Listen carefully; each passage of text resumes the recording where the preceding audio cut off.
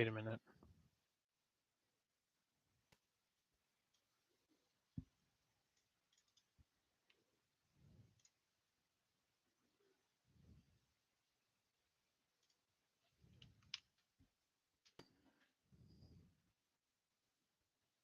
Game is launched. Oh, hello. Who's here? Okay, I'm just trying to restart the game. My video source is not recognizing it.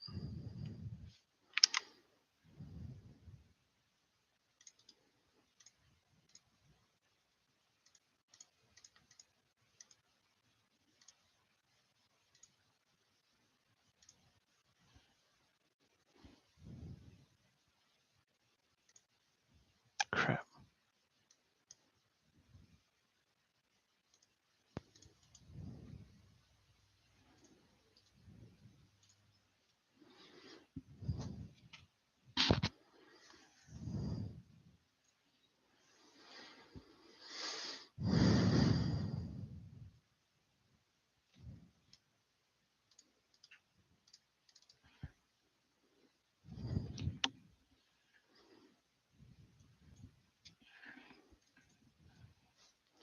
Maybe now that I launch it, it will detect the game.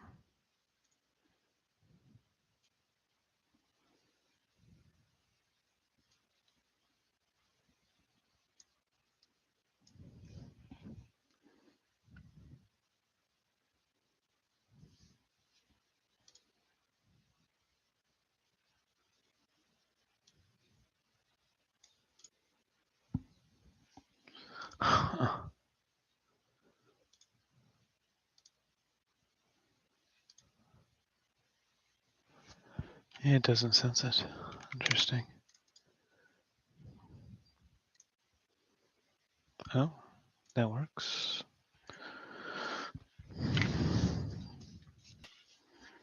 The good old off and on again solution.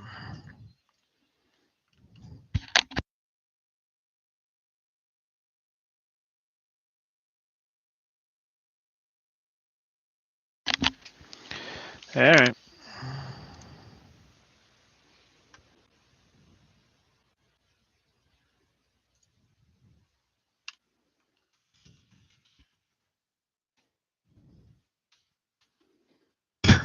It froze again.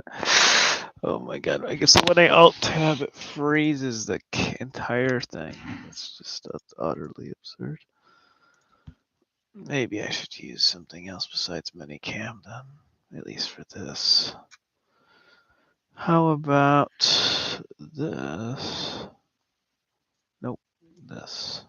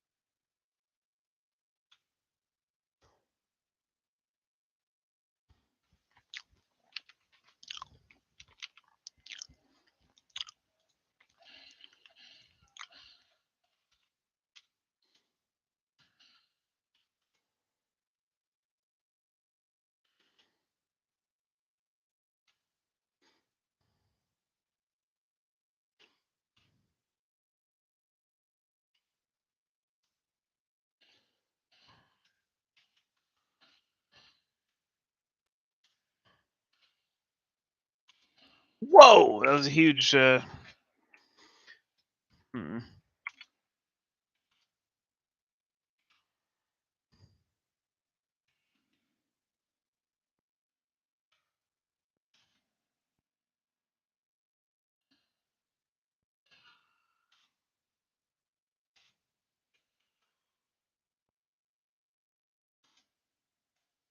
I don't know what to do against this guy.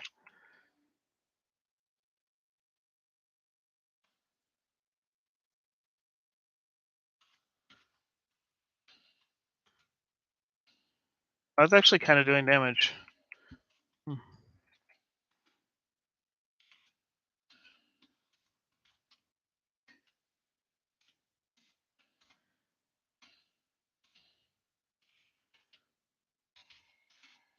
Shit.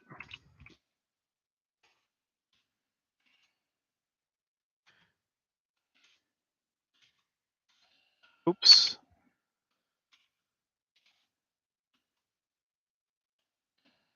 Oh, he's basically immune to that. Okay.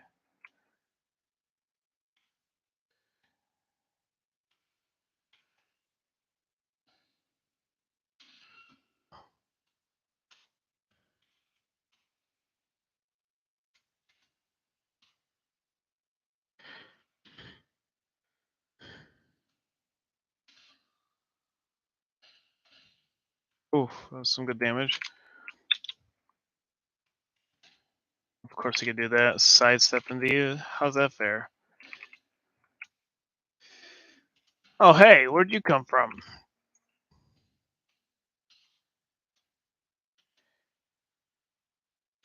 Oh.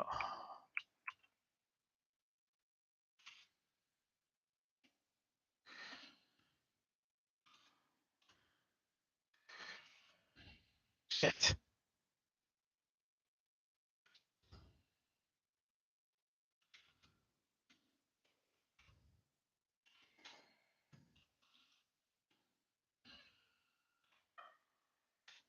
Yeah, I'm gonna reset. I wasted time in the beginning here. Learning his moves and shit, and learning like my strategy. I wasn't attacking or anything. I'm gonna try this strat real quick. Wait, this isn't the right guy.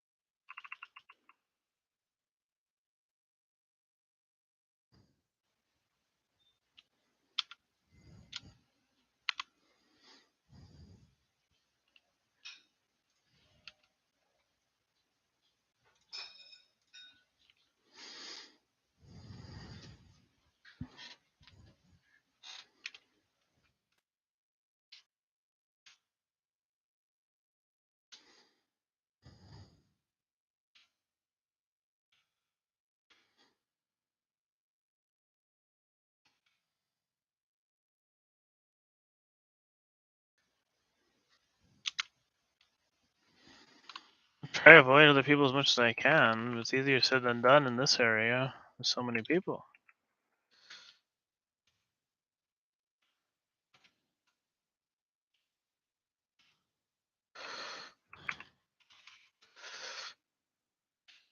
Shit, I really tried to spam the shift there.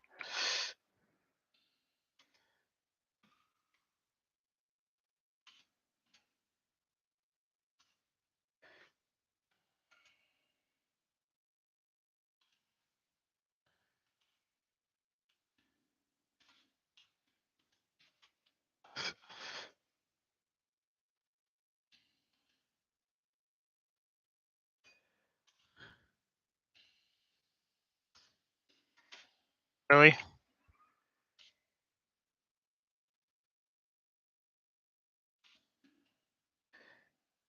Shit! Can't hit him. That happens, I guess. Okay.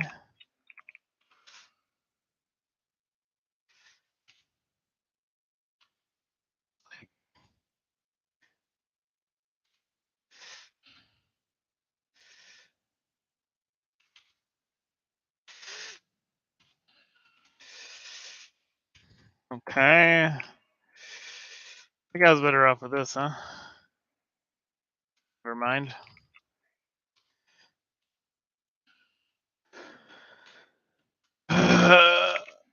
Okay, cool shit, dude. You're oppressive. I think I'm supposed to be on my own horse here. Alright. I almost died. I'm gonna find a nice little grace to heal that. Oh, there's the sorcerer selling grace. Oh, I have to kill someone to get to that one. I probably can.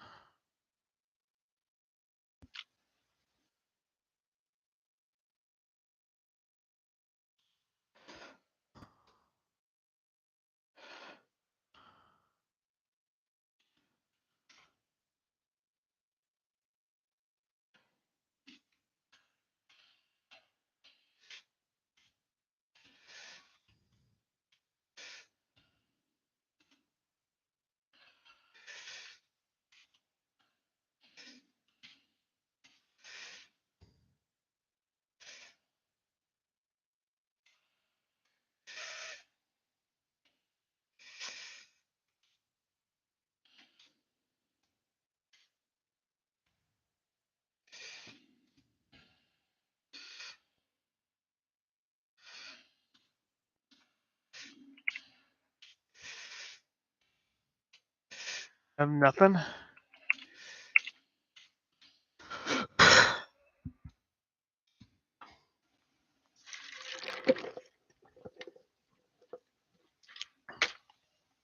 Okay. Okay.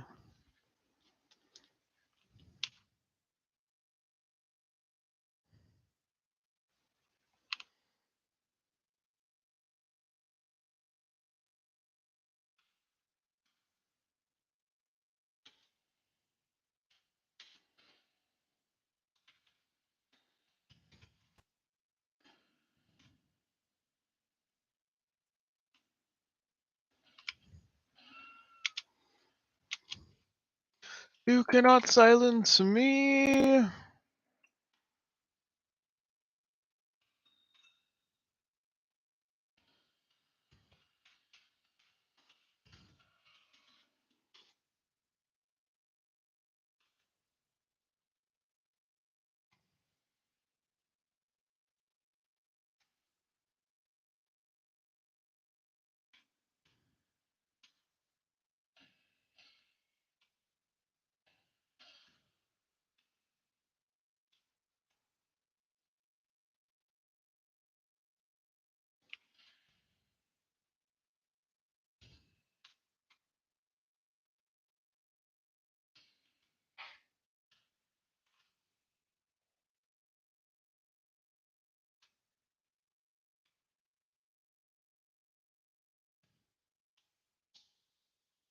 Okay.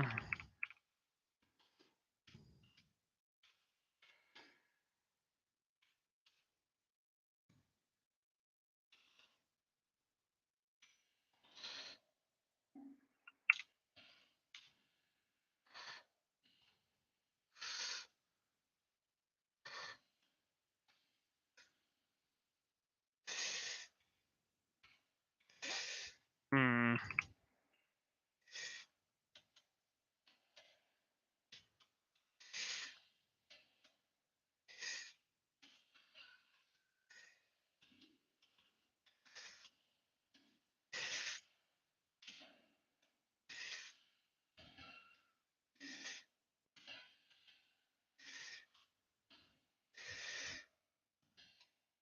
Thank you.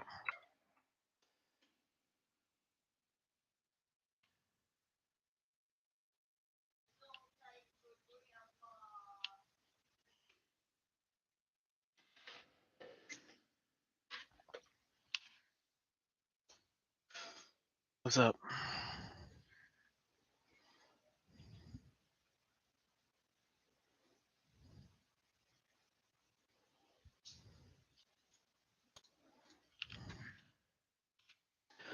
I will be a little bit tankier.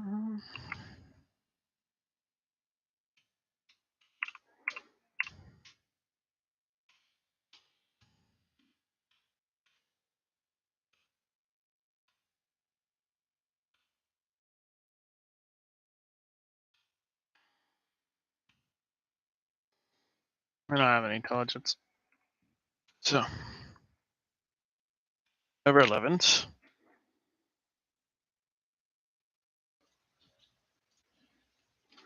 Time to go fight the guy again.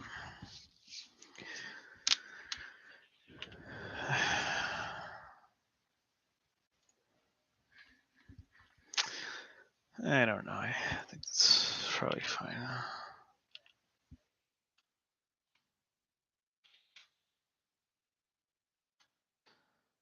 Only indoor places where you can just hop on a horse. I'll deal with you later.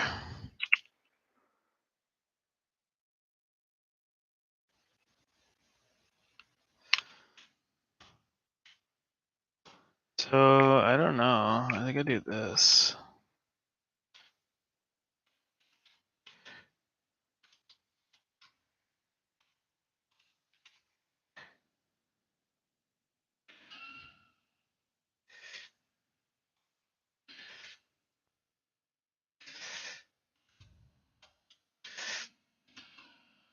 Really?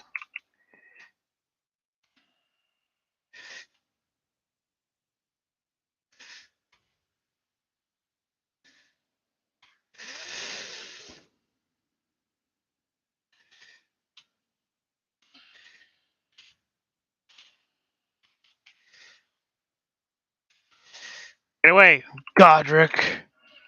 Oh.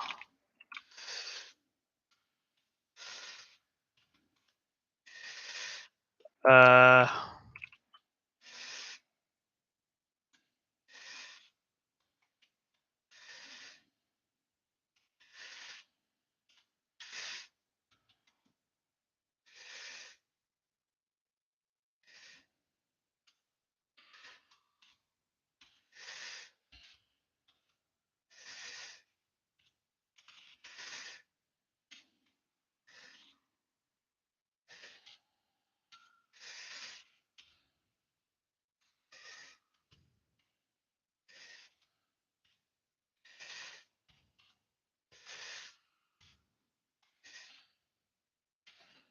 Really?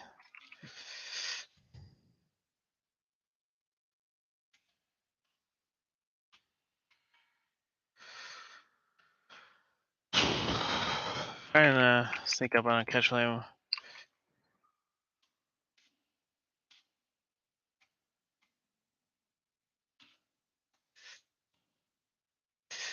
I'm close.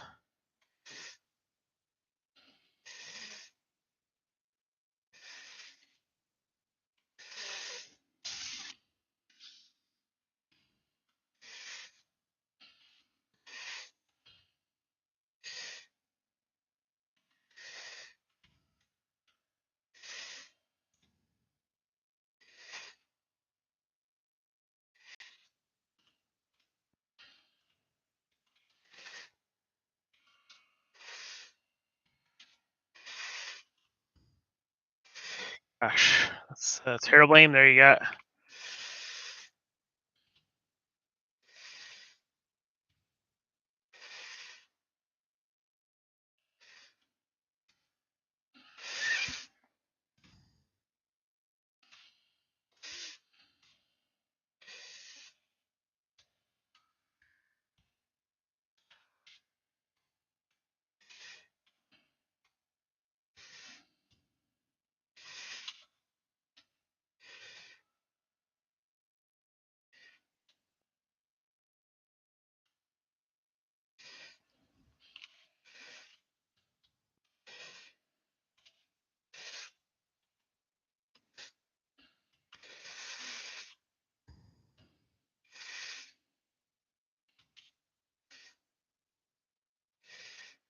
You gotta be kidding me.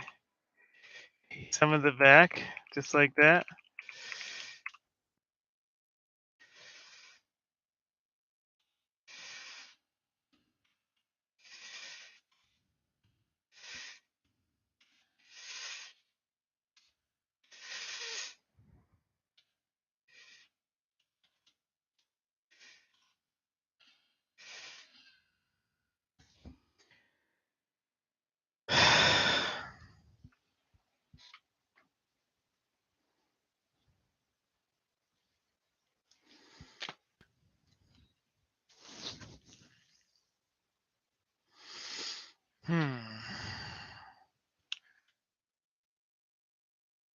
I got the rhythm of the fight down.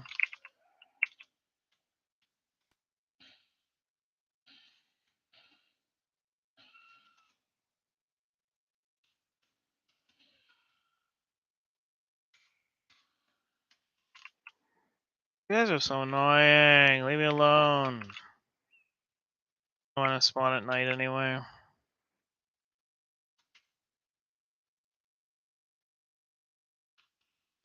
Oh my god, that's such a long rock. How's my stream? Is it stuttering? I don't know, because no one's here.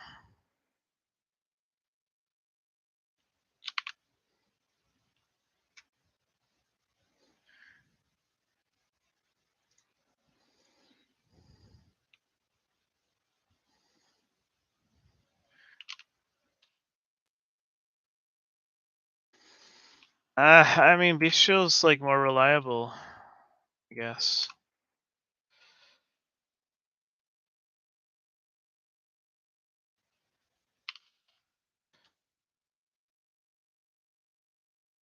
I should probably just take care of these guys first so they don't interfere with my duel.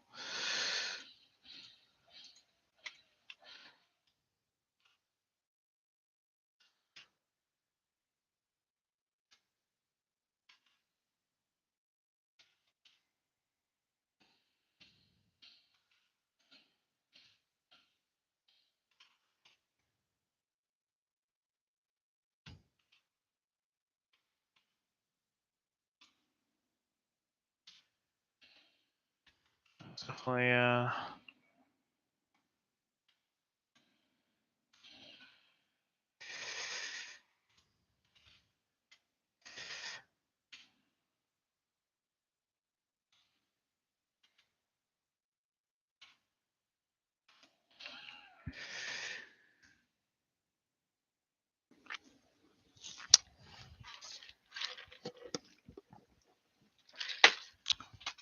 dick.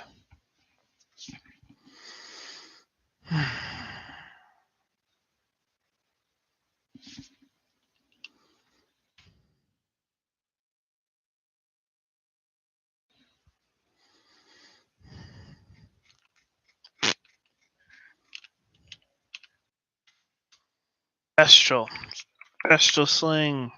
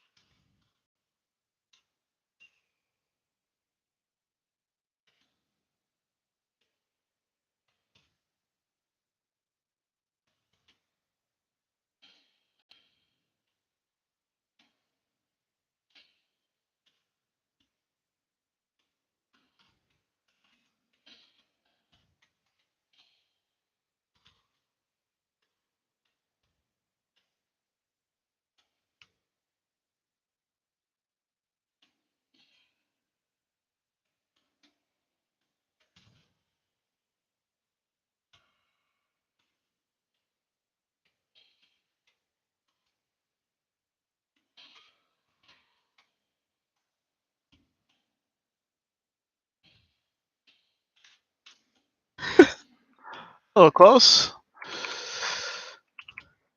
I tried to turn that one around. Yeah, he just is like 55% of my health, so I just like definitely get. Wait, how is he? How did he heal? Just really not doing any damage here.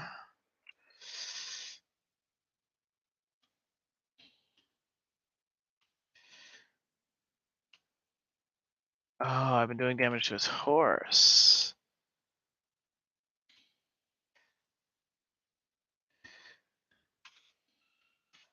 Okay. Fuck.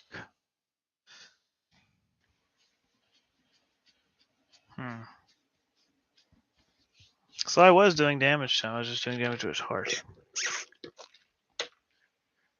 I thought he healed. That was upsetting. I'm like, man, that's gonna take too long. Fuck, I should have gone to the Grace.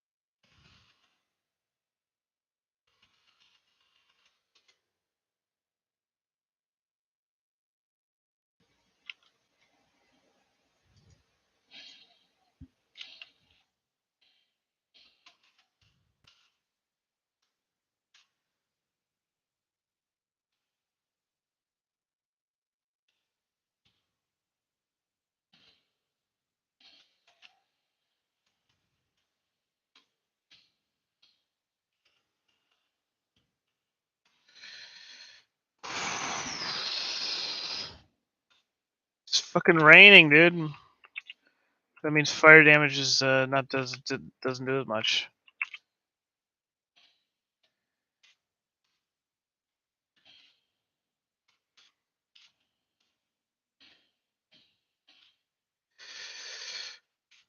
It's gonna poke the shit out of him.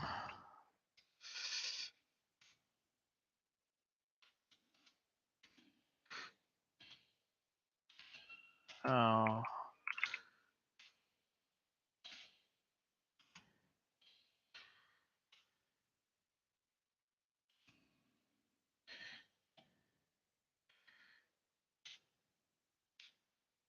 Oh, I hate that move, dude. I always get hit by it.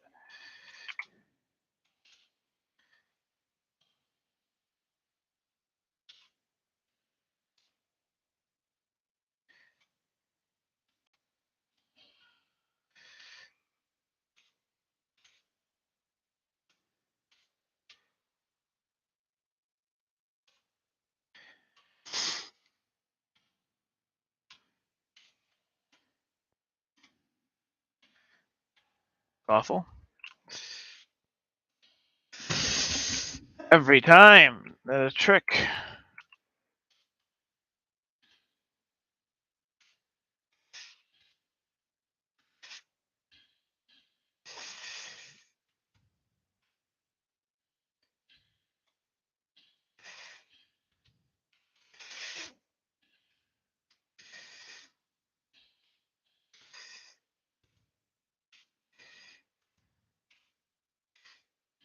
It hurt.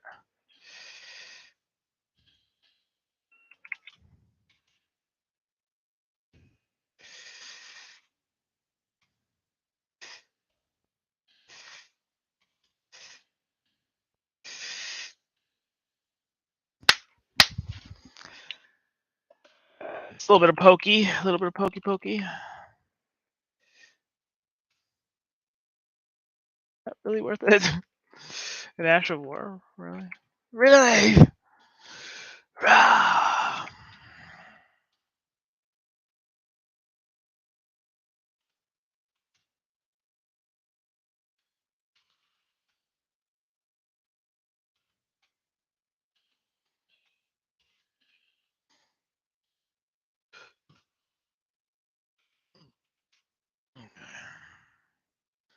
Oh, time to kill giants.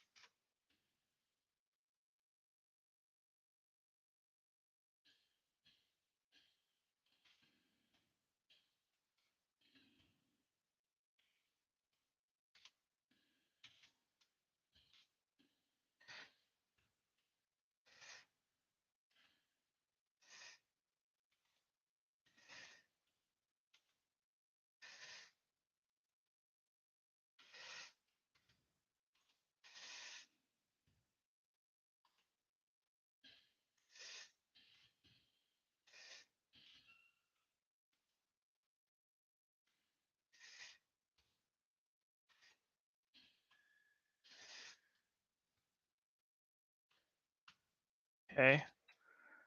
I'm healthy.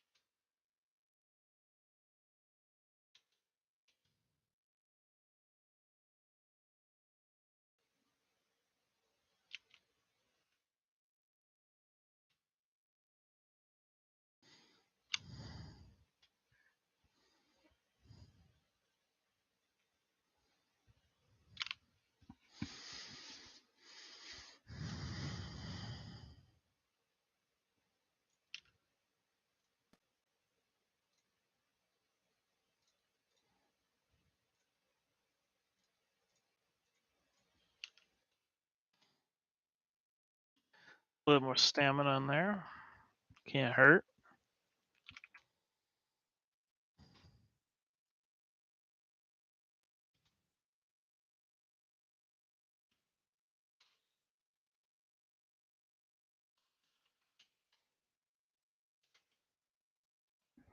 So I get all the items over here. Some early flower. Oh no.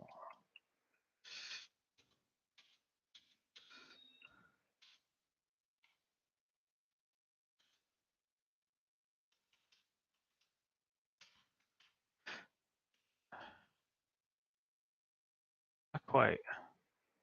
Good vantage point ahead. I think I can go this way. Oh, I'm poisoned. Hmm.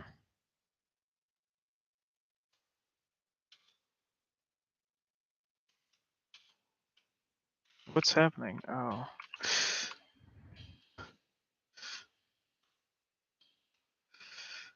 Thank you. Thank you very much. Okay. Poison's not nearly as bad as Scarlet Rot.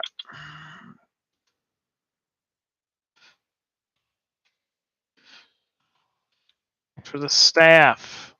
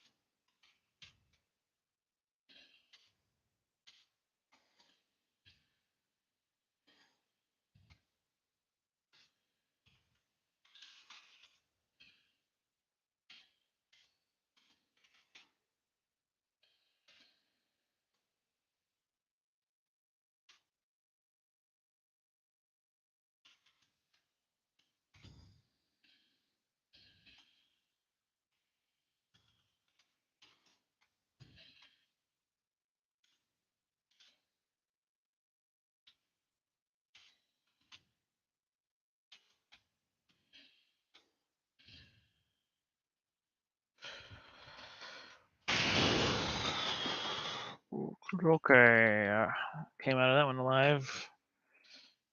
Damn, I really wish that went farther.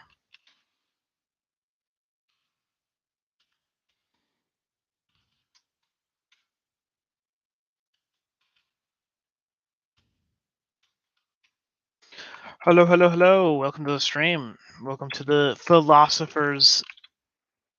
I don't know. I was going to say Philosopher's Cave, but that defeats the entire purpose of the cave. Anyway.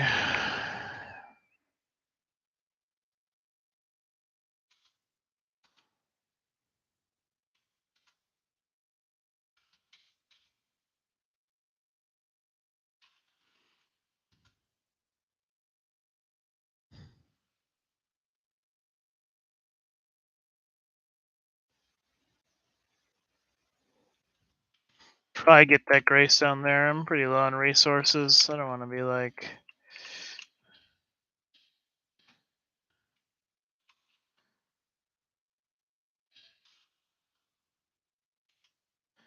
these guys kind of are easy now that I think about it.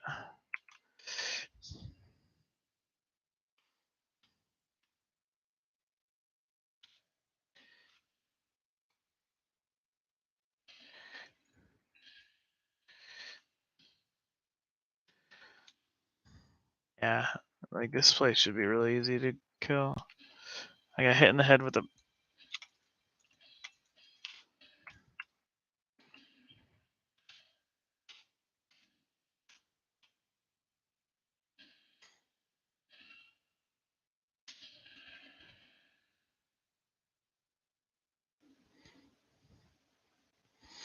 He has a lot of poise. At least I get healed to full. I'll just go back there.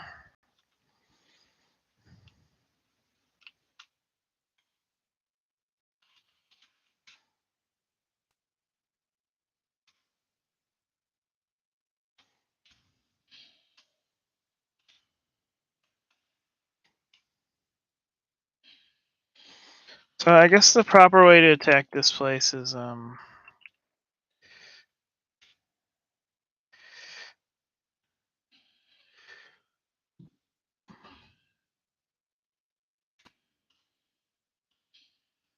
not that way. It kept hitting R. He wouldn't get on his fucking horse.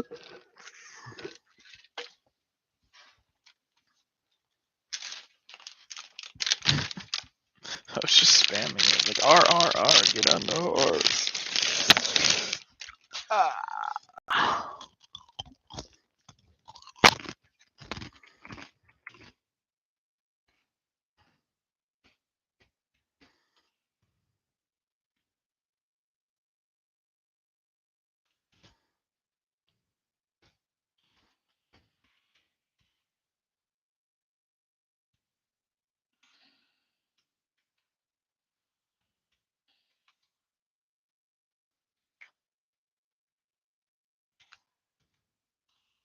Again.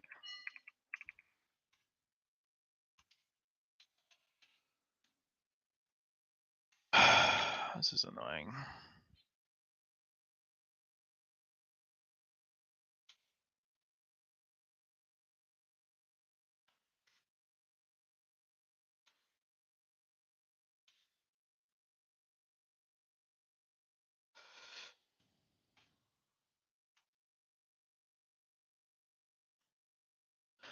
Always take the high ground first if you can. Get the snipers who are shooting those stupid spells at me. Yep, that one. Why do their spells have infinite range, but when I have them, they go like 4 feet? Yeah, that's not how far those tiny glintstones go, but whatever. Hello, welcome. I'm just complaining about how the magic is 10 times stronger for the enemies than it is for us in this game. My character's name is Schopenhauer, and I'm going to become the Lord of Chaos. Whoa, 3 viewers. Oh my god. Because according to Schopenhauer, the will to life must end. Too much striving and suffering in the world to be justified.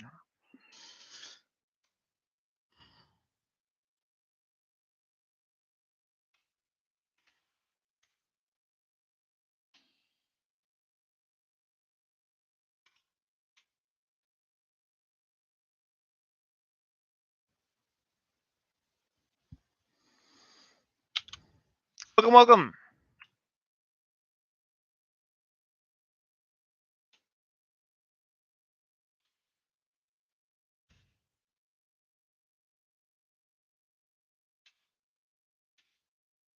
There he is.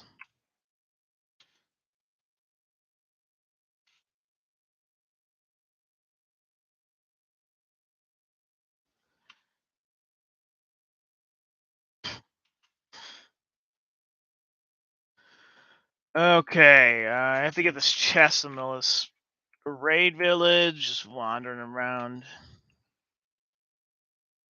Guy's dead.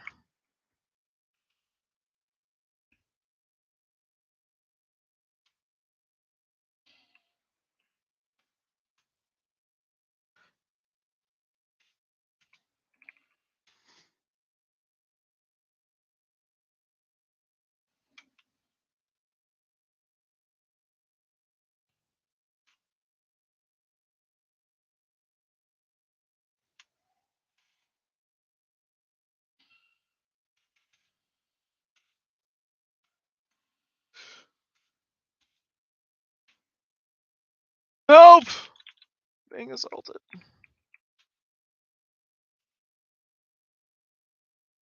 Okay. Who's coming?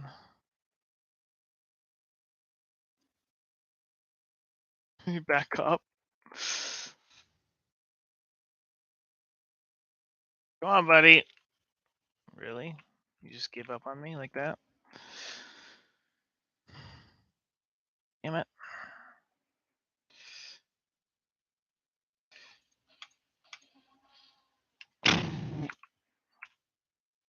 Oh, nice armor set.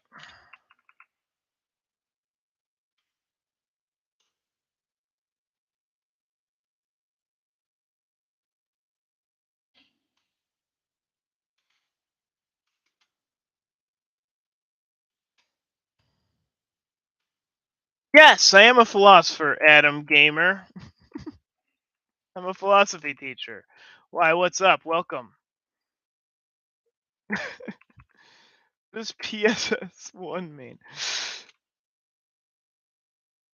Studied German philosophy. My favorite philosopher is Nietzsche. I also like Schopenhauer. This current philosopher here, who I'm playing my character as, is Schopenhauer.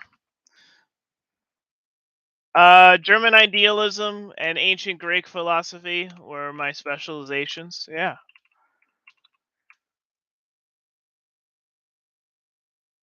I also studied Stoicism and a lot of Plato and Aristotle.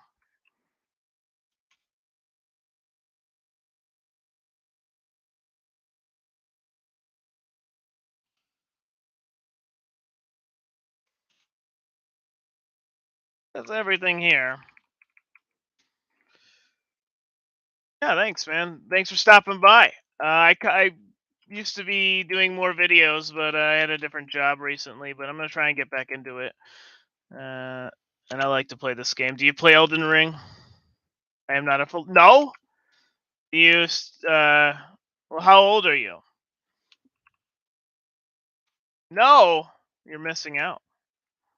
You could double major in philosophy. You know, a lot of people double majored in philosophy. I was no games. Okay. Well, your name has a gamer in it. Why does your name have Adam Gamer if you don't play games? Uh, okay. Cool. Cool. Yeah. Oh, you used to. Okay. I when I was 19, I was actually a math major. I wanted to be like an accountant or a statistician, but I ended up switching majors to study psychology and philosophy, and then I went to grad school for philosophy because I thought it was more interesting. Ow! Stop! Stop!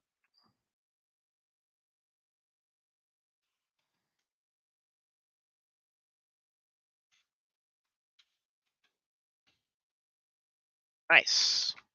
Yeah, math is pretty cool. Oh, I know what I have to do here. Where am I?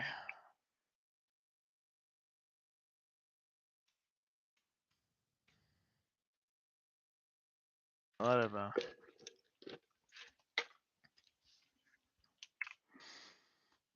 A lot of old philosophers used to be mathematicians, like Descartes. But in the modern era, it's you have to specialize because they're both such highly specialized fields. They take up all your time, so you can't really be advanced in both of them at the same time. At least it's really hard to.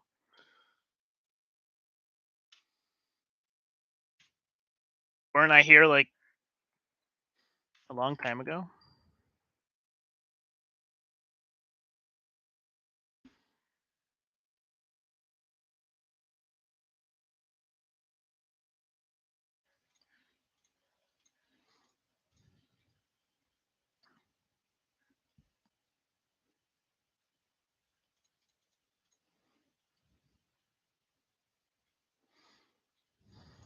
Hmm.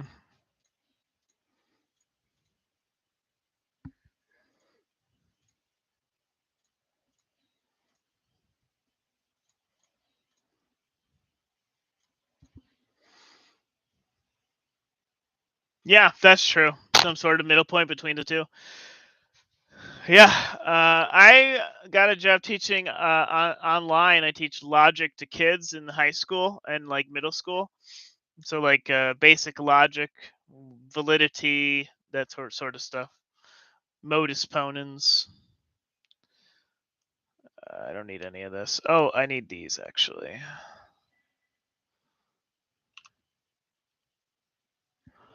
I don't have faith, so I don't want holy water pots or any of that. Okay. Yeah. I think philosophy is fun to read because it's like an exploration of thought. It's pretty free, you know.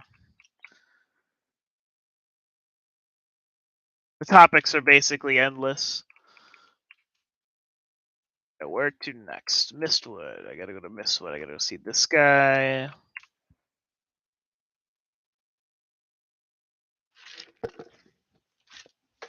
Maybe fight a bear.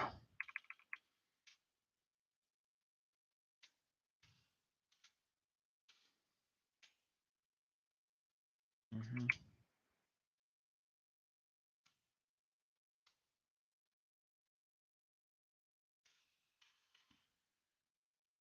I also studied a lot of Karl Marx in school. I don't know if I would consider myself a communist, but I think the communist theory is pretty interesting. At least the communist literature. So like Adorno is also a Marxist in a sense. All right, bear time. He's gonna be on fire soon.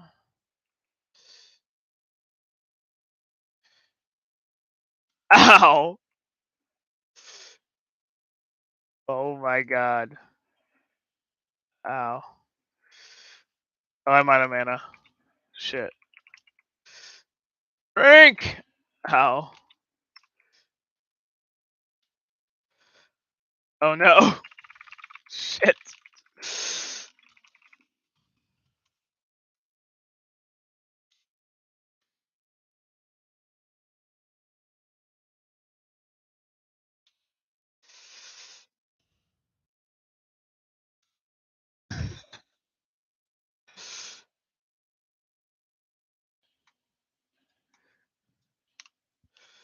Okay, like I one more. Come on. There we go. Dude, these fights can get really annoying when the whole screen is just their body. I think I already went down there.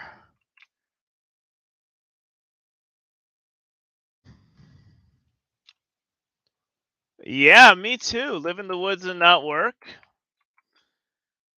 Yeah, I mean, I agree with that. It's hard to sustain your own food source though, like hunt your own food. Got to know all your mushroom types, which ones you can eat, which ones you can't.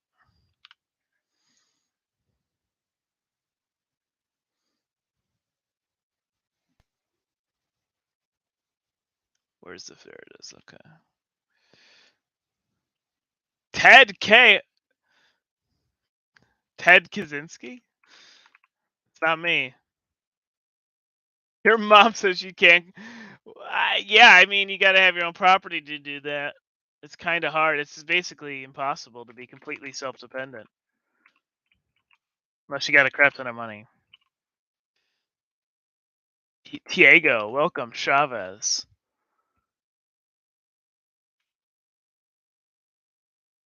I have to kill Daro with this guy, so that's why I have to go back to this place.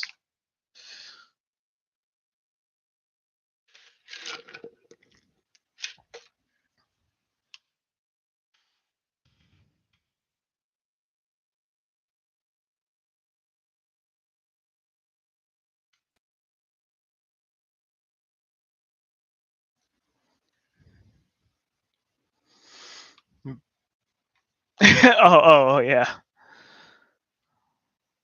So radical environmentalists, yeah.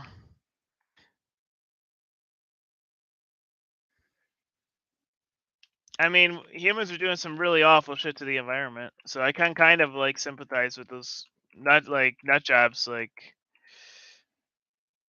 oh wait, I forgot to summon my guy. Where is he? Oh, here he is.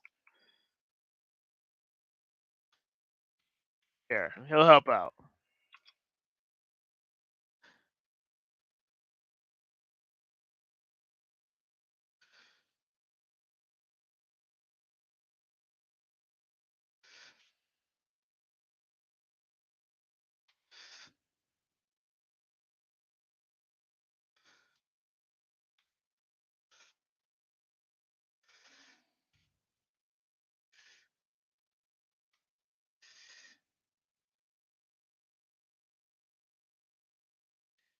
Shit. I think I would get bored living in the woods for too long unless I had like a computer or something. I'm too spoiled by the modern, constantly be entertained lifestyle. No, he was not a great guy. Yeah, it's as soon as you resort to violence like that, you just make your side look bad. Like you just make a bad name for the cause, and then people call you a lunatic, and then they don't listen to what you say.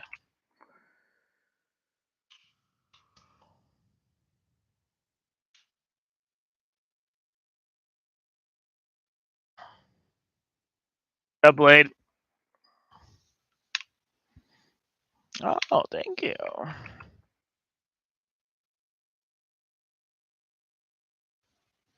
Cool. Did it work? I don't know.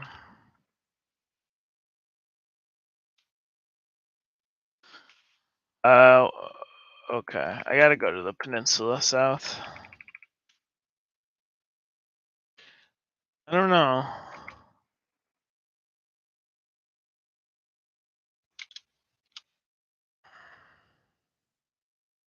There's been a lot of environmental activists who have done a bunch of crazy stuff in the name of the cause. It's kind of sad that they're put in that position, but they also choose to do it.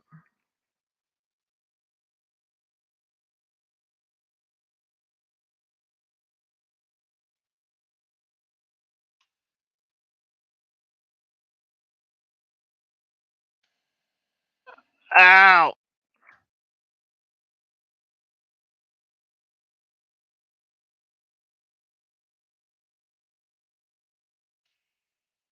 Dodge that one.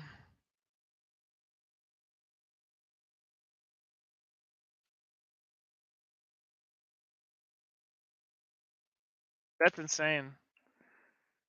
Yeah, but like, yeah, he's just driven crazy by the cause.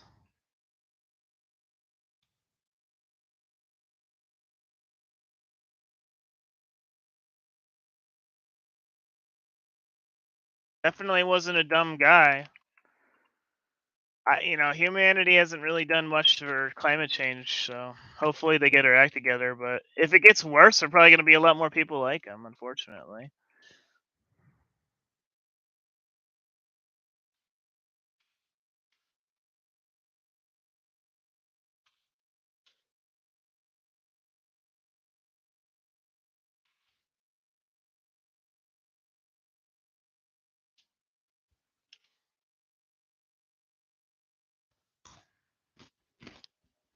Hmm. Dexterity.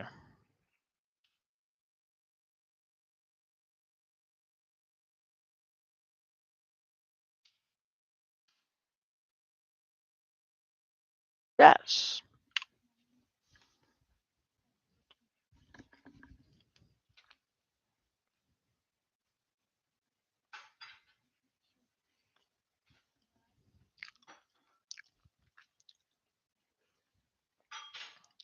Yeah. John Baez.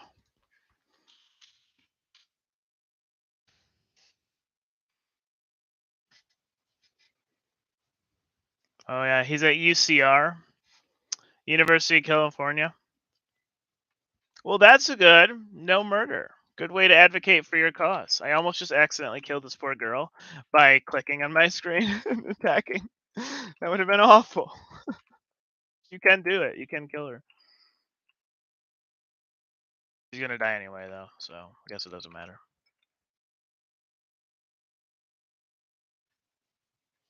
The big causes are achieved with blood in some sense. Yeah, you kind of have a point. Like, the government won't listen until it becomes a real problem for them, especially when they're making so much money off of oil like the United States is. It's like you invest all of your resources in some civilization game into oil, and then you realize that that resource you're invested in is killing the planet. You're kind of screwed.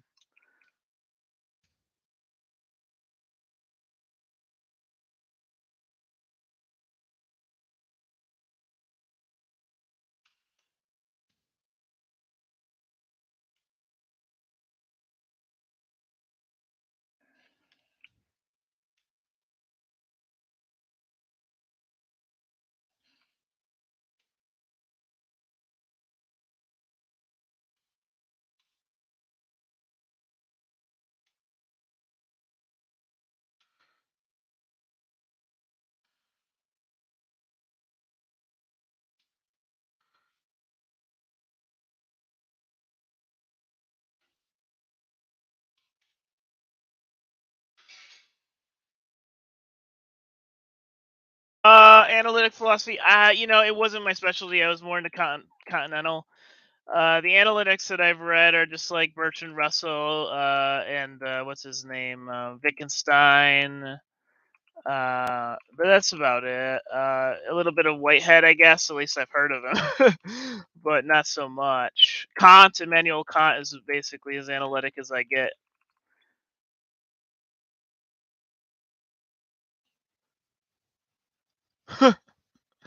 Elon Musk, yeah, Elon Musk thinks he's really helping the environment by slowly like giving a couple people electric cars. It's like, yeah, it's a little too late for that, And even the whole like lithium problem is just a whole nother issue, and he expects to be treated like some hero, even though we're like still in dire need of change. Yeah,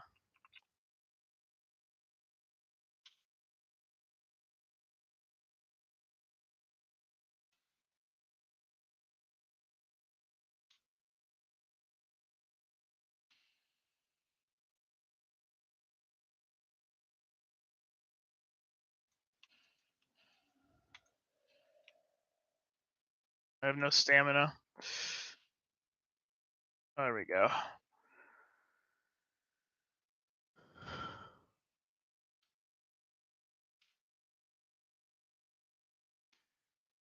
Yeah.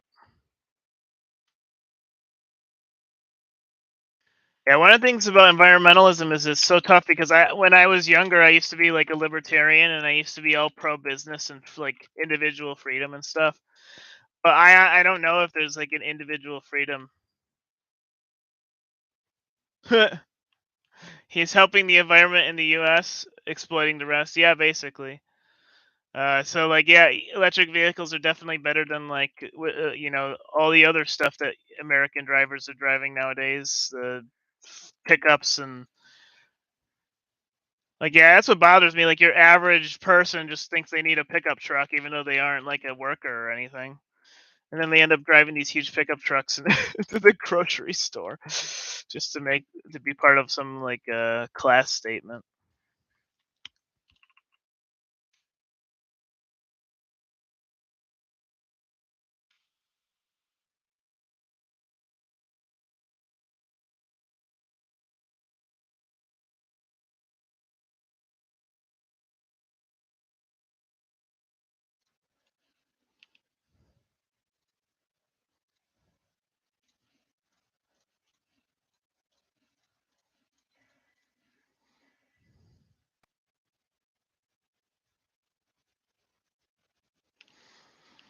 Okay, not bad. Yeah, the parking lots. I'm on a couple subreddits on Reddit.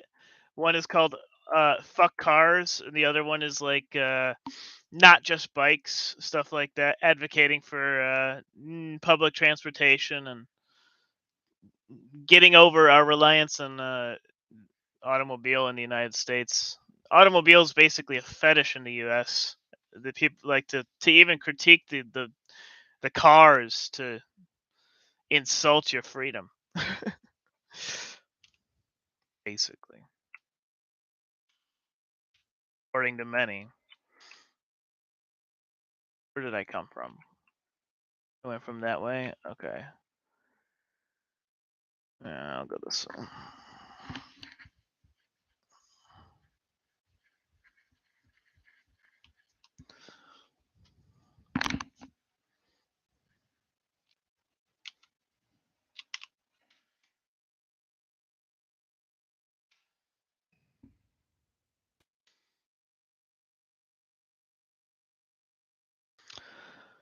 I haven't been doing research recently. I've been teaching online. I do teaching to. I do basic logic and history of philosophy. So I just do basic stuff in that area. Nothing too serious. But when I was in college, I was doing Heidegger. I was doing research in Heidegger and notions of authenticity. But yeah, time to kill this guy.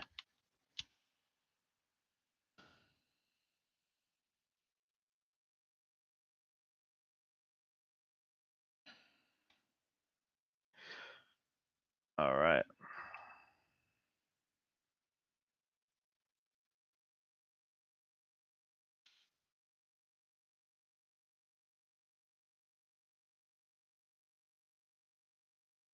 Yeah. So I did research in areas about identity and the difference between authenticity and prophilicity. Basically, like uh, he was also not a great guy. He was a Nazi. That's correct.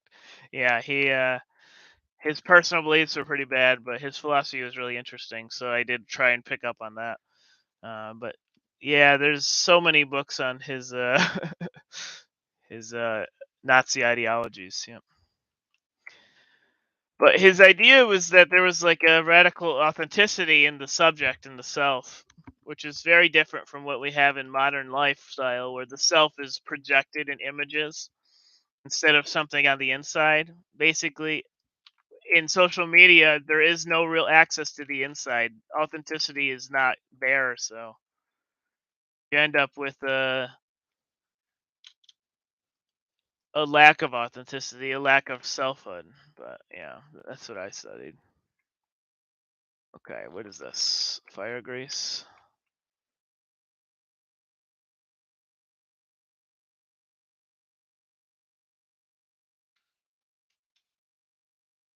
Aw.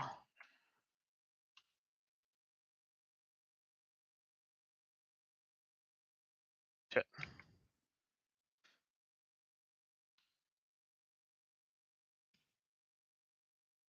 Yeah, I do like that. I like history of philosophy a lot because I wanted to see what other people thought about the self throughout history, how like our thoughts changed.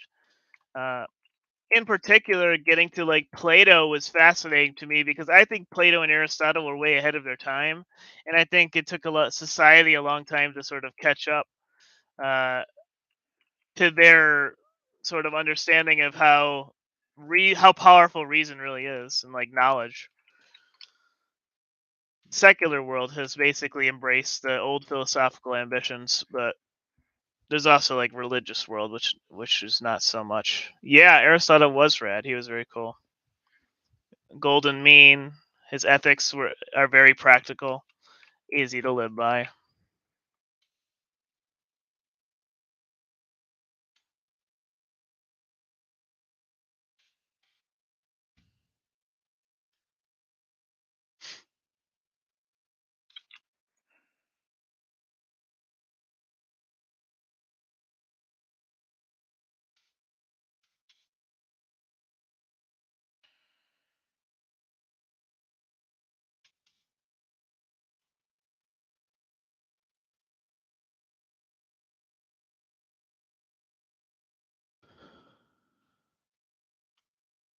Right, yeah, that's true. Medieval philosophy is very dependent on Aristotle and also Plato.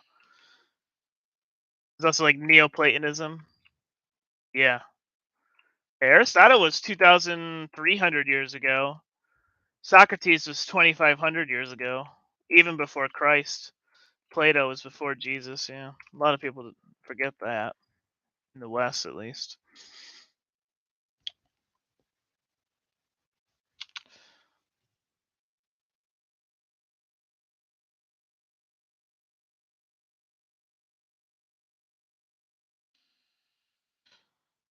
All right. Where do I go here?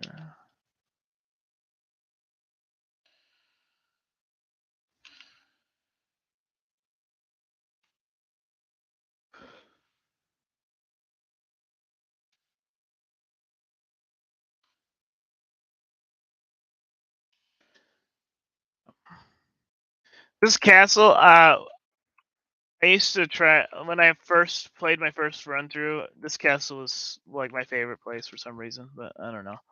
It's okay now. Oh yeah, I have to go this way.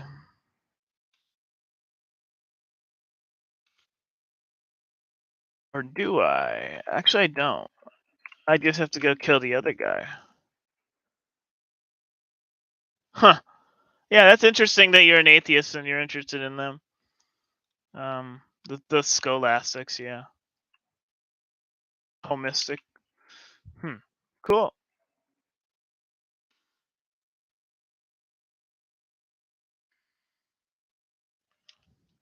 That honestly is one of the areas I haven't studied very much of. Is the scholastics, but yeah, I'm an atheist as well. So,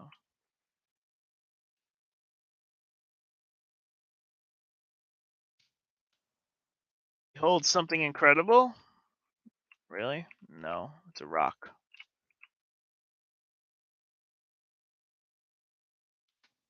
Which way? Oh, I gotta get that.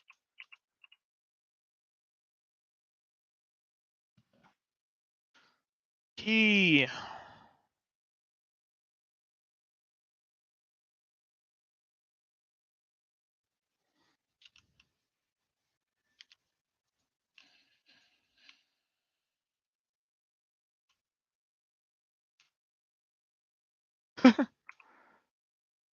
How are you locked in there as a spirit? All in his head.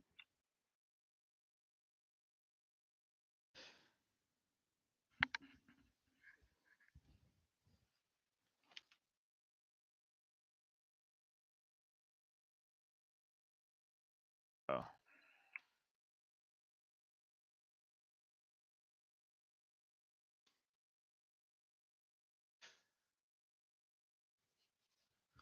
Yep, that is true. Their metaphysics is interesting. I like Spinoza's metaphysics. I think that is one of like my favorite modern metaphysical writers.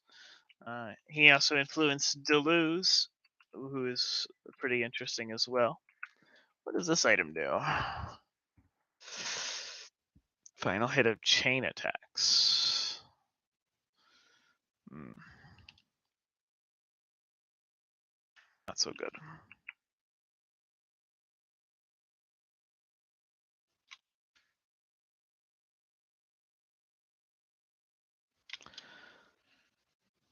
Pretty fun boss fight coming up.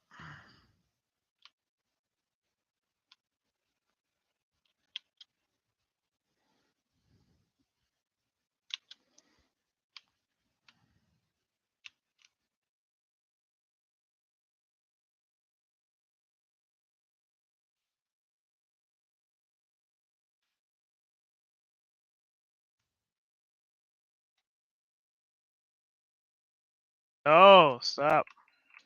Oh, crap. That's a lot.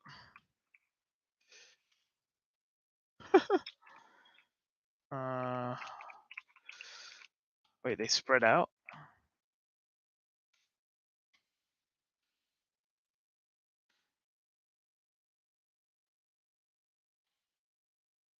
That magic thing doesn't do anything.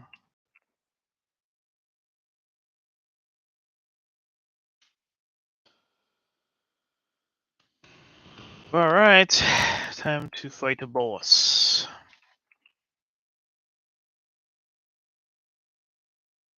This game is pretty philosophical. I know. What's his name? Miyazaki. I forgot, but he's influenced by uh, Lovecraft. H.P. Lovecraft's philosophy of like outer gods and gods that you can't even comprehend and stuff like that. Cthulhu was a creation of H.P. Lovecraft's, and I know the guy who makes these games is really influenced by that type of stuff.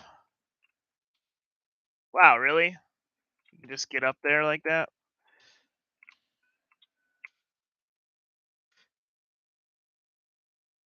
Ooh, that's a big jump.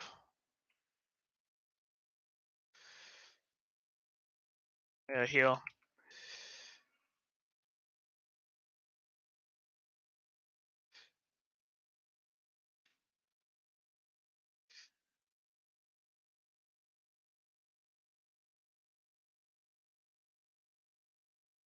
Shit. Okay. Fuck, get off me, man. So aggressive.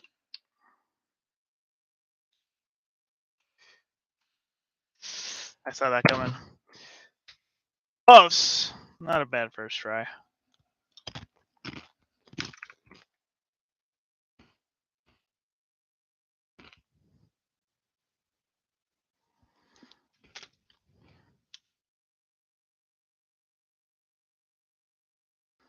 Yeah, the medieval philosophers were really heavily influenced by the religious side of Plato and Aristotle, I feel like, or the metaphysical side, you would say. And they were trying to conceive of God and proofs of God and things like that. I don't know if I was ever too interested in proofs of God, but I can understand the appeal.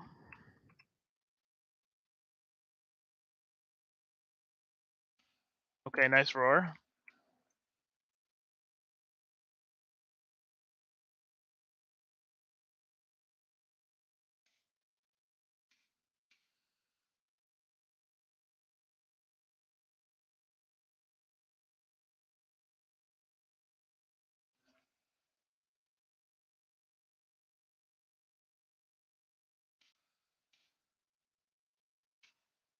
Play safe, play safe.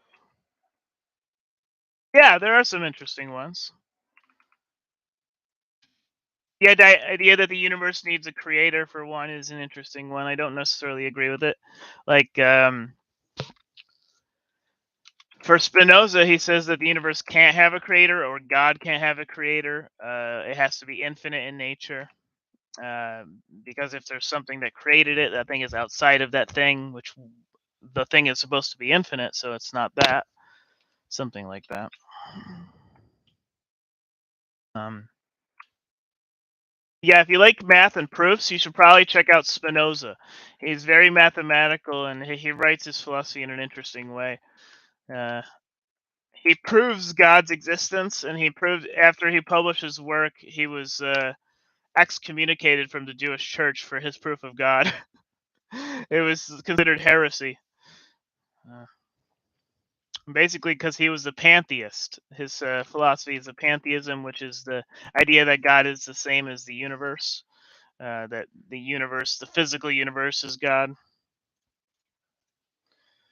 and so he was excommunicated for that idea. All right, back to the guy.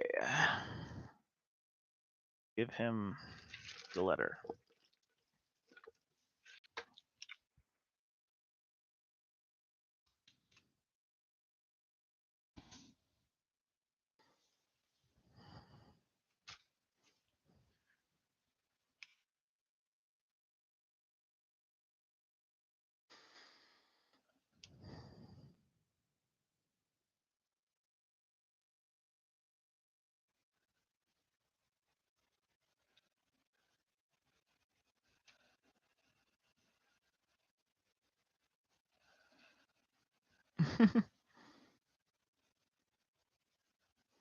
I love like pulling them into this corner here, one by one.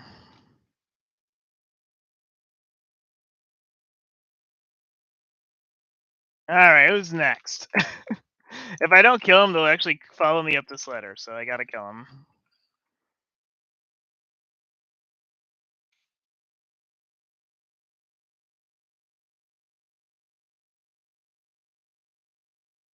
Are you running away? Don't do that. All right, time to get this guy.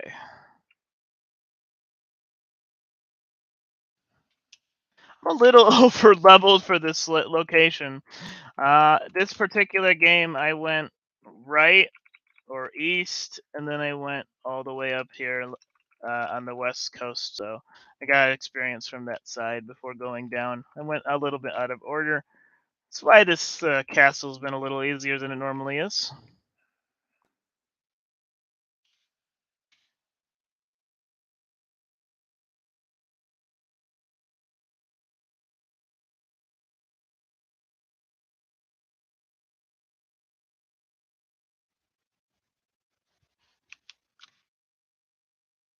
Yeah, it is true.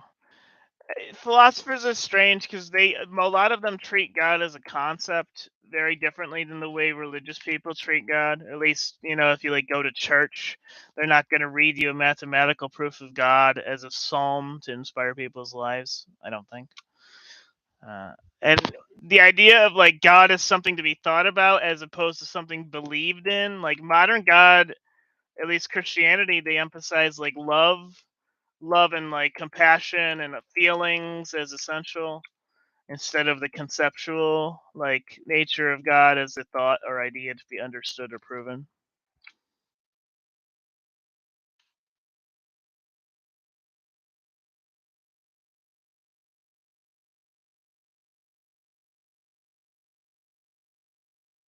Honestly, these guys are just annoying. I don't even want to kill them. I'm just gonna keep throwing things at me.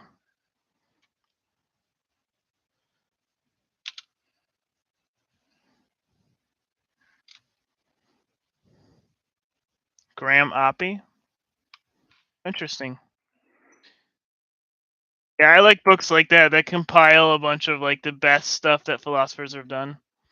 Those are always interesting.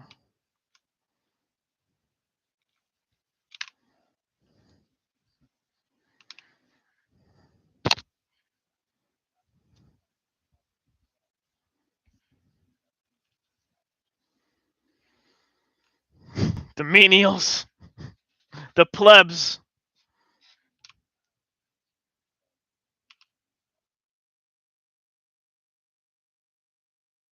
Oh, thanks. A twig.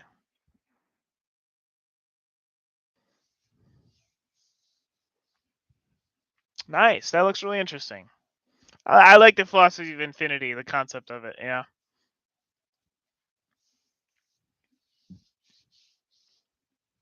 Yeah. Cool. Very cool. Should be interesting. I should probably look that up. Oh, I didn't mean to do that. Again, keep accidentally hitting people. Graham Oppie.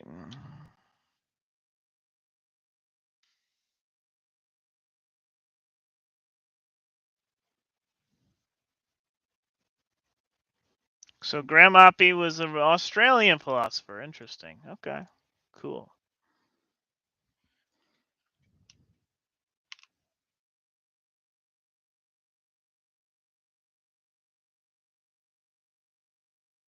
Yeah. Good luck with that.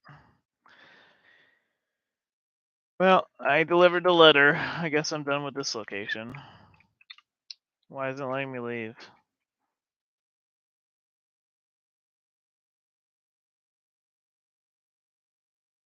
Oh shit.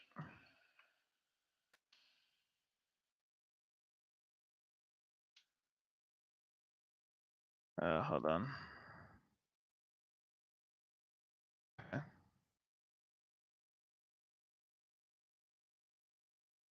Done here? I think I got everything. Oh wait, I remember one thing I didn't get, but I don't know if I want to get it.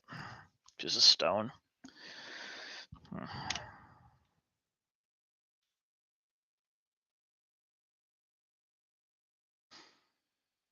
I'm in combat.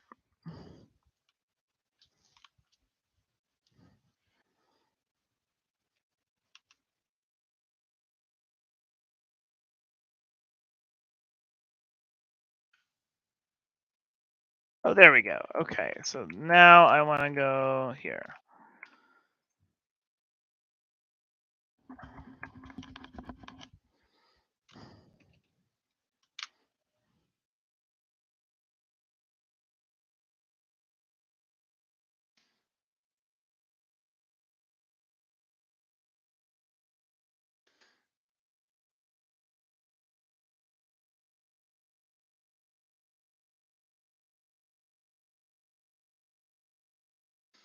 This game is too addicting. You keep playing it so long. Oh, interesting. Okay, yeah, I think I gotta stay on this side of the wall here. It's pretty important.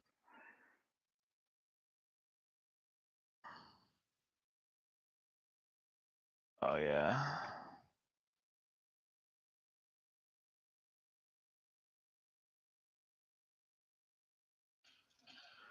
Yo, no! I got ganked by mice. Wasn't really paying attention.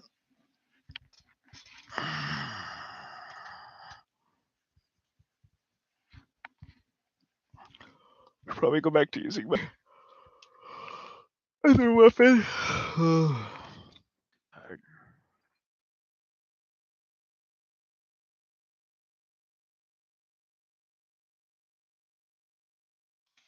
Okay, that guy ganked up on me twice now. I should be ashamed of myself.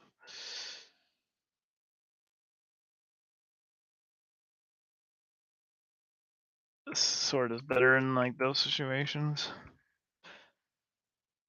against the puny enemies. Oof.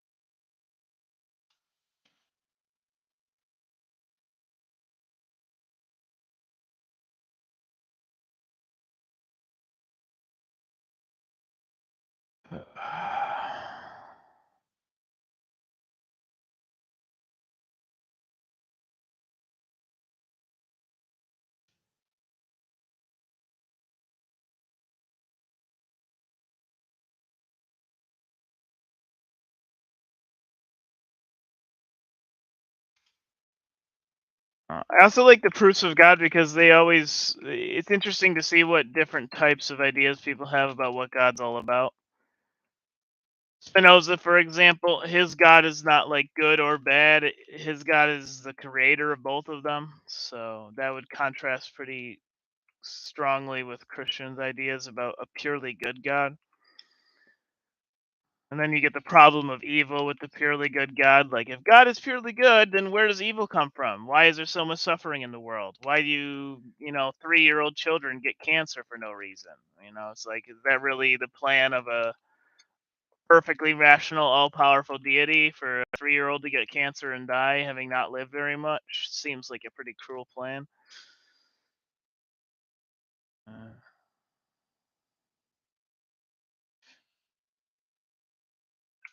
Fuck. Okay. Is my stream lagging?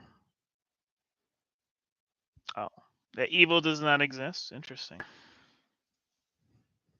A lack of being, a lack of good.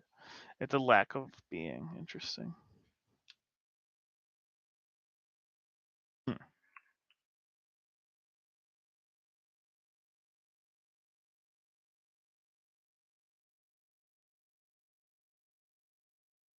That lack of being must serve some function or purpose, right?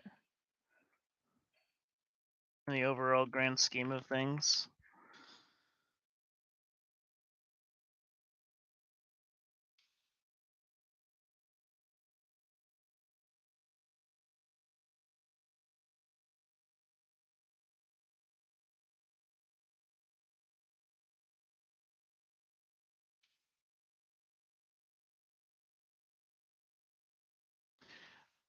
Like I know,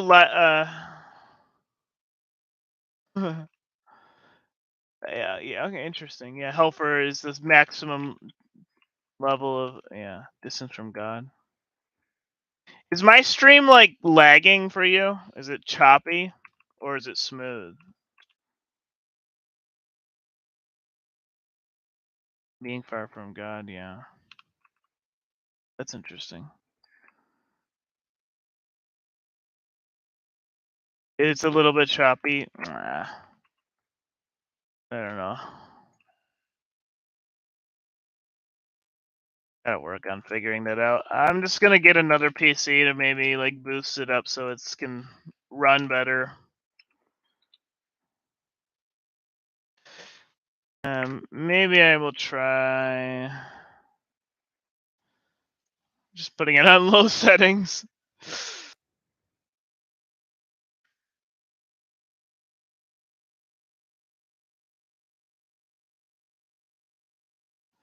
I have to return to the title menu. Just the gameplay is lagging. Okay, that makes sense. Yeah, I gotta restart it. Yeah, so separation from God is hell. See, that's interesting, right? But then it's like, okay, so the 3-year-old that is suffering with cancer is separated from God. That's tragic. What causes people to be separated? Is it like their own responsibility or their own fault that they've fallen from God? Or is it just random?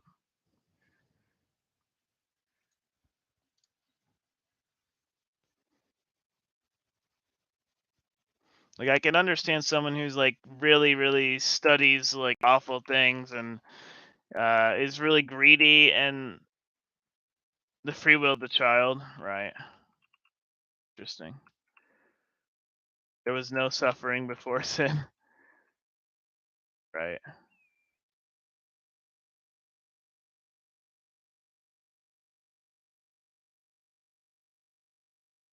Yeah, so that's just so strange to me. Like, what could a 3-year-old child, or even like a fetus, right? There are some infants who are born to mothers who are like uh, addicts, and they're just be like being born infant of no choice of your own. You're condemned to addiction to a certain substance, right? That is I would argue, an inherently like not a very good life. If life is designed for that situation to happen, it's not particularly conducive to human interests. I like right. Yeah. That's so strange to me, right? Like what even is sin at that point? Like something you inherited from Adam and Eve 6,000 years ago or whatever. See, at this point the very notion of sin is so utterly abstract at this point. It's not even remotely tied down to any sense of reality, right? Like if sin is for Plato, which came 500 years before Christ, morality was a matter of social harmony and well-being. Like it wasn't you couldn't be born sinful because you haven't done anything yet. How could you have sinned? You sin when you make bad actions,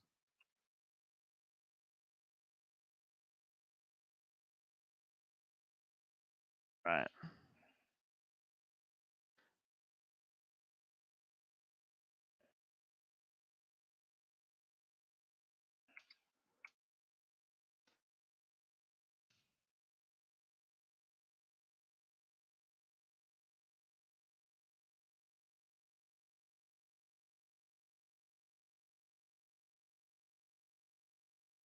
Like if morality yeah, that doesn't that defeat the entire purpose of morality if you inherit sin? Like the entire purpose of morality is to hold people responsible for their free actions, right? So if you make a poor decision, you're sinful, whereas if you make a good decision, you're not sinful. So if you're just born sinful, there's nothing you can do. I'm just gonna go ahead and murder my whole life. versus live a good life. But either way, it doesn't matter.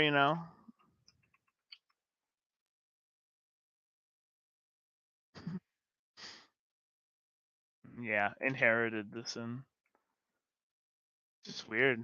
Every time I read religion, I just think of how much I prefer Plato. I'm just like, wow, they think so strangely.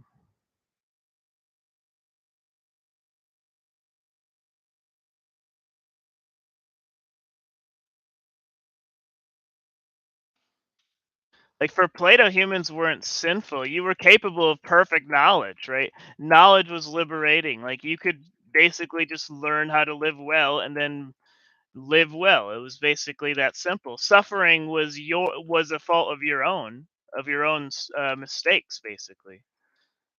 Plato argued that you suffered because you're unwise, so you're not knowledgeable about the world.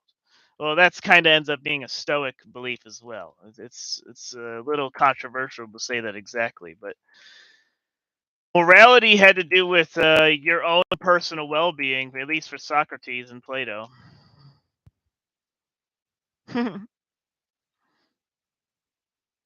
That's so strange. Yeah, so what would you rather do? Be free from sinning by paying some fee or suffering on the cross, or be free from sin by learning how the world works and thinking rationally? I prefer the rational route. Like, what is a sin, right? It's like a cause of disharmony or dysfunction in life, a causing of unnecessary suffering or pain in others. Utilitarianism is a sort of ethical system that is capable of evaluating uh, your actions as good or evil, completely independent of any religious scheme. So yeah, I prefer that type of perspective.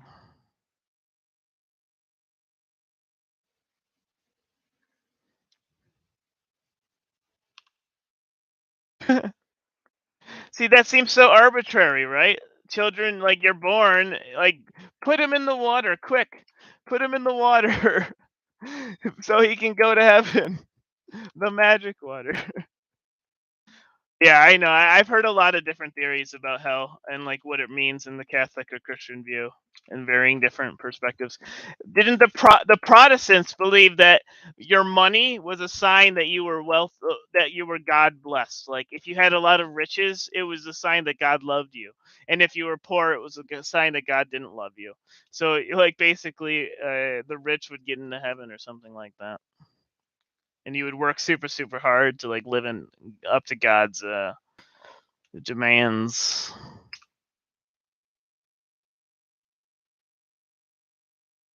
Who's this guy?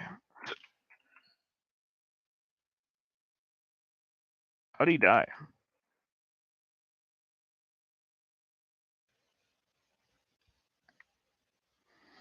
Oh,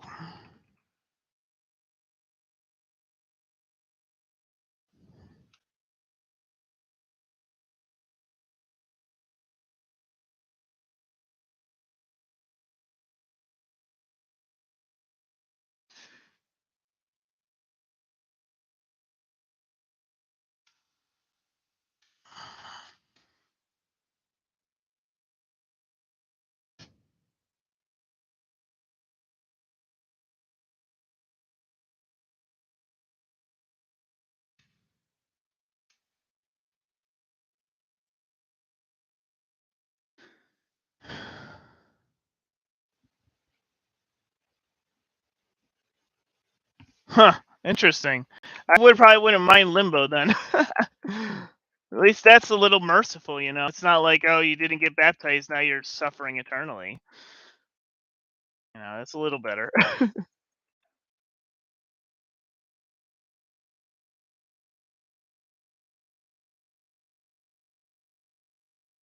In Dante's Inferno, he said it was the pre-Socratic philosophers, because they were born before Jesus, could not be saved by Jesus, and so they had to go to purgatory. So all the Greek philosophers are in purgatory because they were born before Jesus and couldn't be saved by him.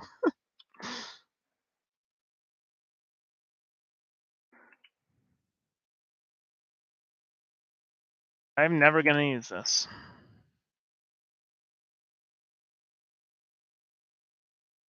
Alright, where to go next? Oh, I have to go. Okay.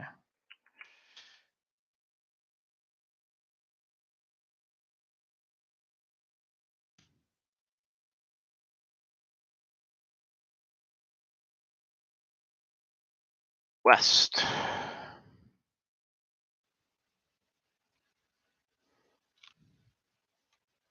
Hmm. Interesting. Yeah, I don't know. There's something like, are Christians waiting for Jesus to come back, or is their philosophy only realized upon their own death? Because I kind of take issue with the whole like you have to die in order to make sure your philosophy works kind of thing. Like you're basically in your whole life you're blind. You never know.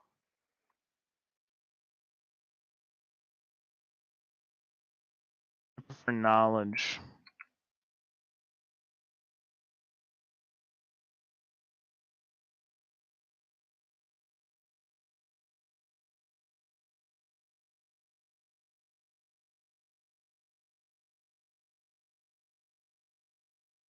Where do I go? West. Always go west. Should have gone this way. Yeah.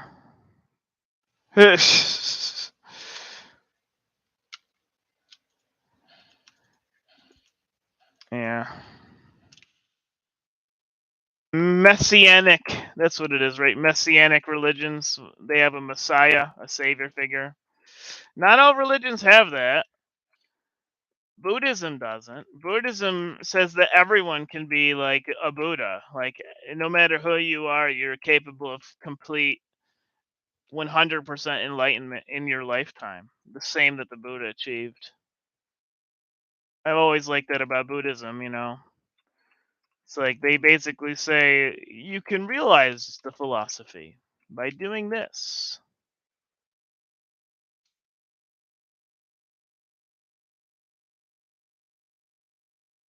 I mean, there have been a lot of Christians who have lived their entire life and then died, and Jesus didn't come.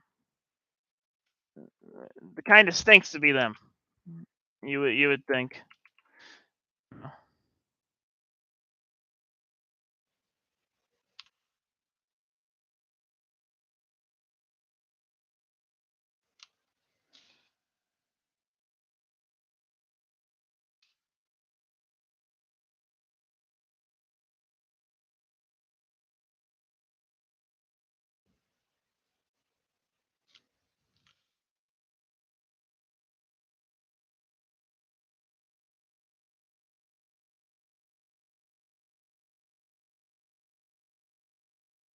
Right through the legs.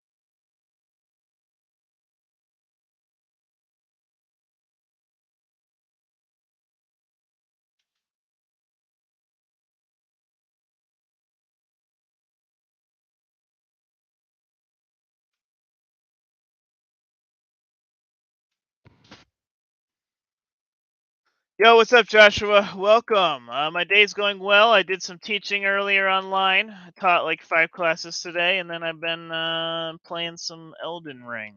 This is my Schopenhauer run, and I'm trying to end the world to liberate all these poor beings from eternal suffering.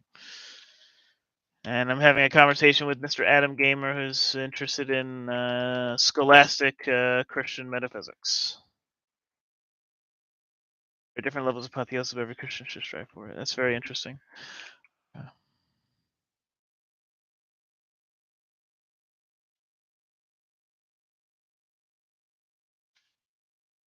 Do I go?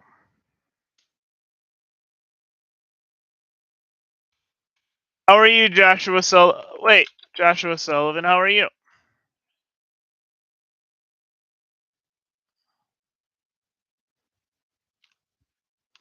Oh, apotheosis. Oh, that's what you meant. Okay, I get what you're meaning now. Yeah, apotheosis is a level of like understanding or approaching God.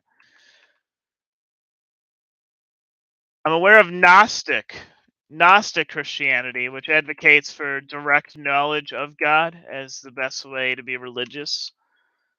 I think that, in my opinion, is the purest preservation of Christian or of Plato's view.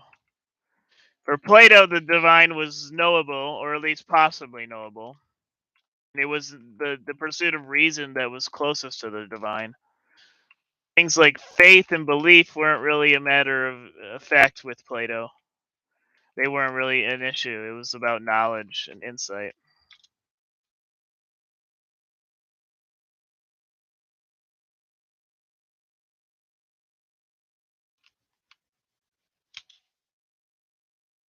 That's good, Josh. Cool, Joshua. Welcome, welcome. Okay.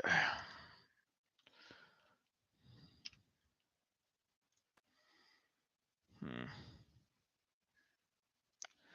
Yeah, I don't have much faith in this game or in real life. I haven't played a faith build yet.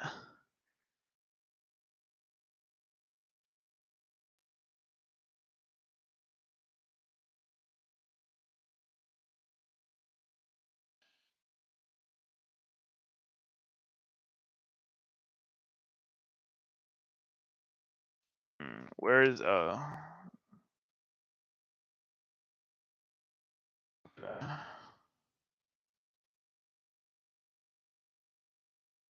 Catholic doctrine? I'm gonna walk off a cliff soon.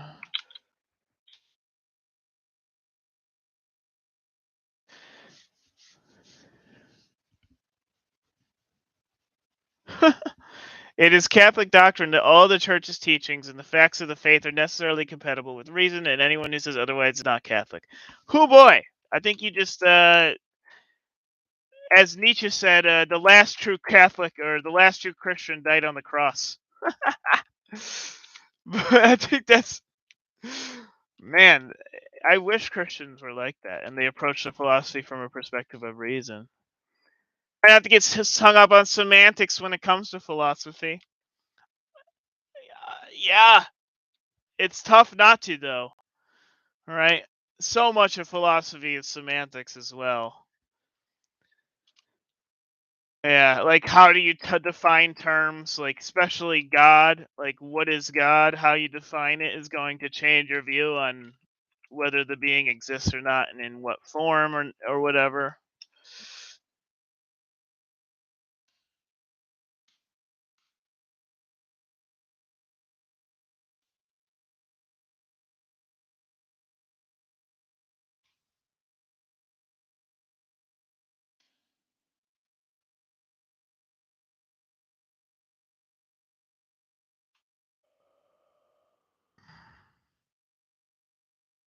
That's what Wittgenstein said, by the way, Adam Gamer. Yeah, Wittgenstein was argued that philosophy is just language games. He said that if you see two people in a park and they're talking about whether or not the tree in front of them is real or not, there's only two options: either they're philosophers or they're insane. Those are the only two options where conversations like philosophy really happen, is amongst philosophers and crazy people. But yeah, Socrates was basically walking around Athens 2,500 years ago, getting into semantical arguments about people all the time, and they hated him for it. Where am I? Oh, I have to go this way. Hmm. That's true. Both the birth and the death, yeah.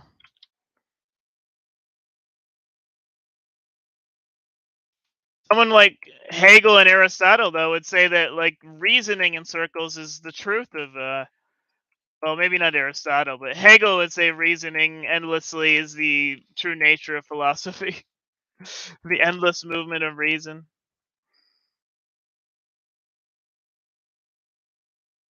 of spirit, of the mind.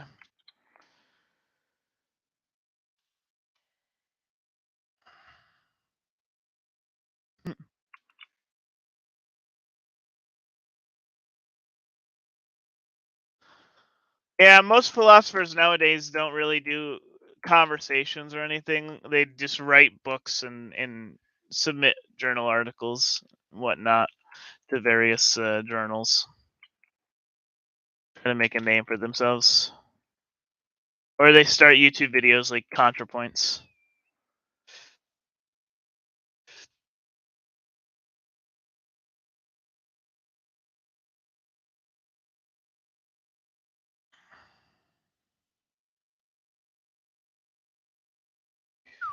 Thing's huge.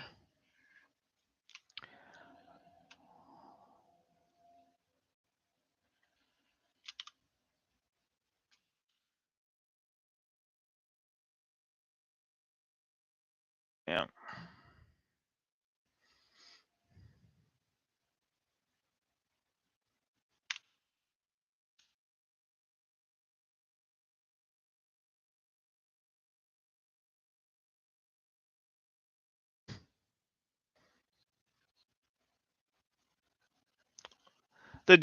I think the Germans are very precise.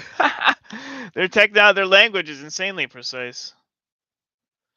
Uh, Especially like Immanuel Kant, like the German idealists, I would say, starting from Kant, and then going to Hegel. Kant and Hegel are the two biggest. Their language is so precise. Like it takes a long time to learn it, but it really does stand up to a lot of scrutiny. I would argue that there's probably no more precise philosophy than the Germans, unless you're reading like more obscure continental philosophers like Nietzsche was not exactly the easiest to understand. Um, yeah, I'm not sure, but anyone Heidegger, he was pretty obscure as well. Yeah, Heidegger's language. Heidegger was trying something new. His philosophy was more experimental. So his philosophy was purposely vague, especially his late stuff. Nietzsche as well was experimental philosopher. A lot of his language is very complex or obscure. He's hard to understand. But yeah, Kant does a really good job of it, and so does Hegel. Schopenhauer also is a great writer. He's very precise. Yeah, yeah.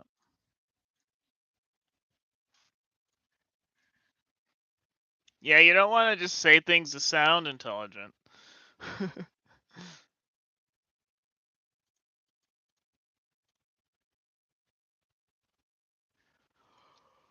That's just rhetoric. Rhetoric is like the ability to persuade your audience.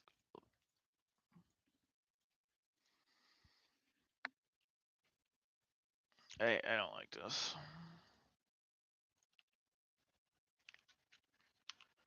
Oh, I forgot to buy something.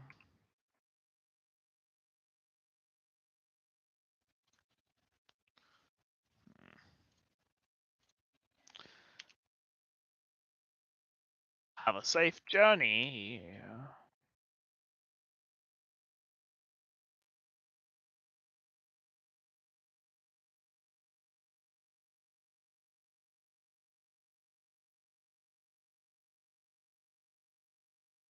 I think continental philosophy gets way more poetic with the French philosophers.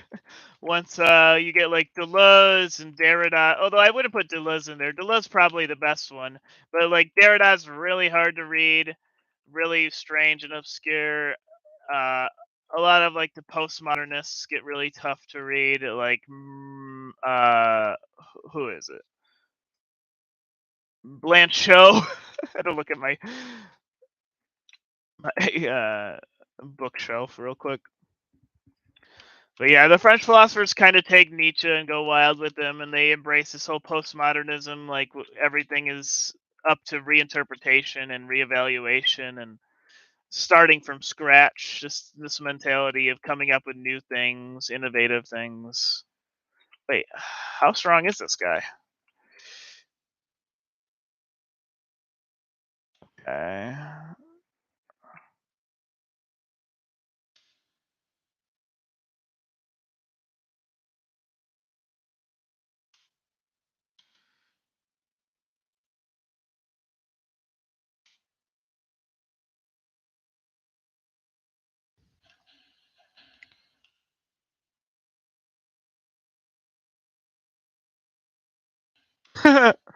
Yeah, I don't like Sar either very much, honestly. His conception of freedom is pretty weird. Like, not even it's not very rigorous.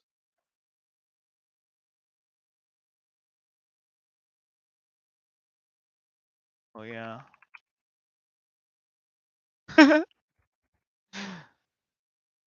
Yeah. Uh, I've heard that before.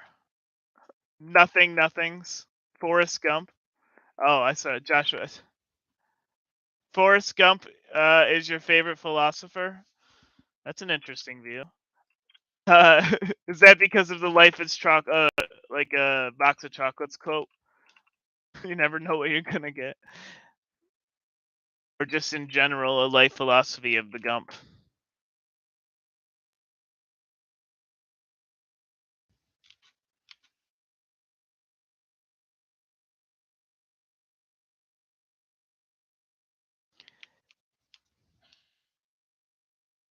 Is Forrest Gump's philosophy just innocence is bliss or ignorance is bliss?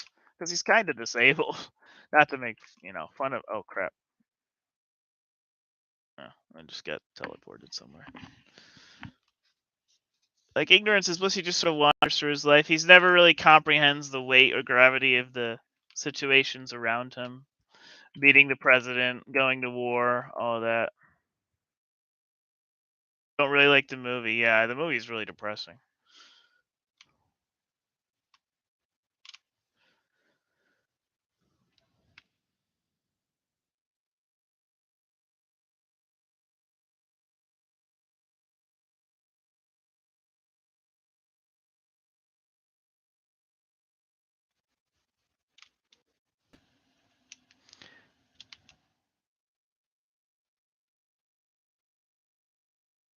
It's not working.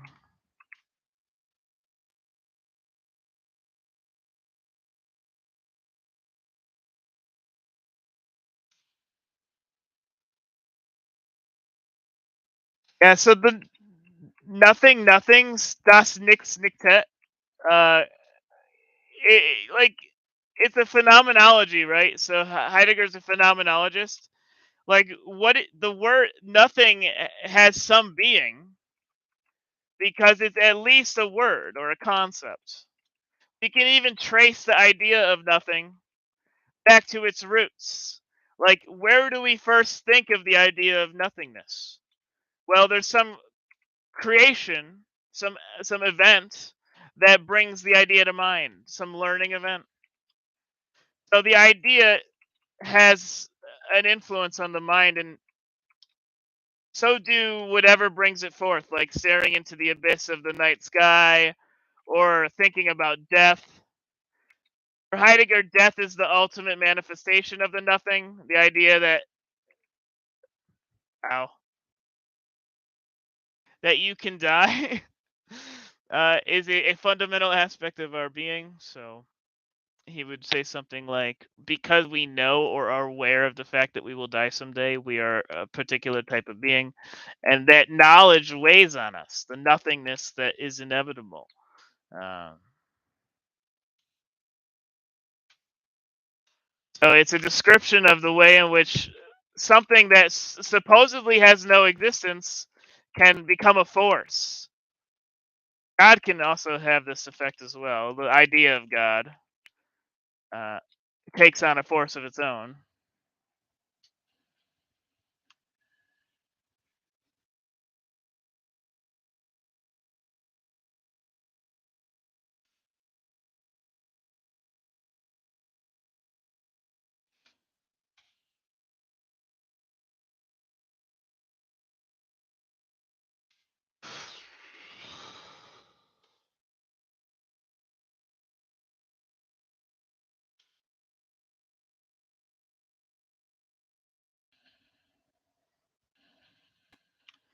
Right. But for Heidegger, we can never really conceive of the nothing, but in that definition of in that perfect definitional style. That definition of nothing is what he would call a oh my god, it's been so long. He would call it a uh mm, ontic, an ontic experience of nothing, or a present at hand, a perception of the idea of nothing as if it were an object, but nothing is not an object, and so it can't be defined in that specific way. Nothing is an idea experienced in non-literal ways,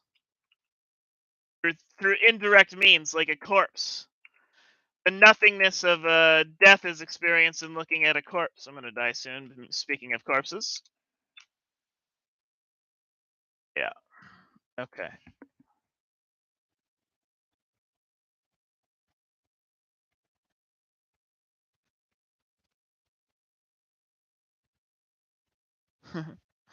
There's sense of being, yeah. There's something of being connected to nothingness. For if there was no being, we probably couldn't refer to it, right?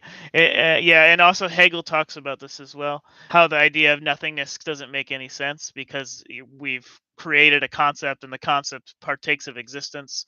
So, Patrick says, "Nothing is nothing. This is not complicated."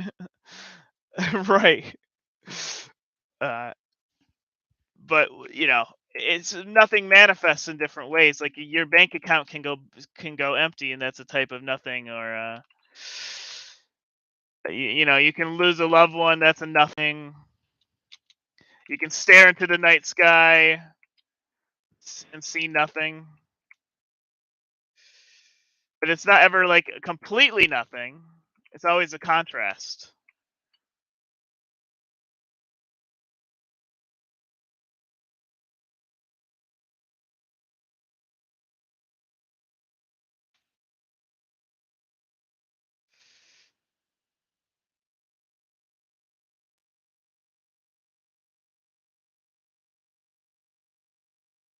How did I miss that? Oh, he was probably in iframes.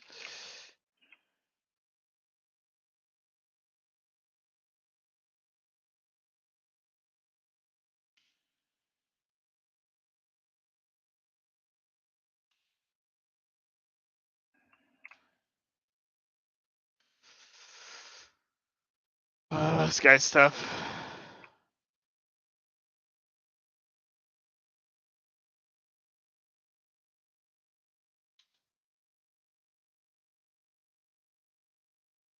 Philosophers have a way of making everything complicated. uh, Maybe that's why Forrest Gump, or like, except for maybe Buddhist philosophy or Forrest Gump philosophy.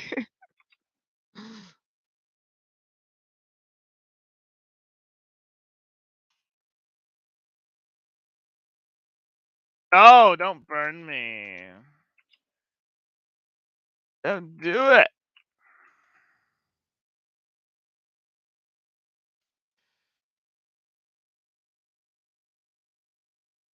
Why are you?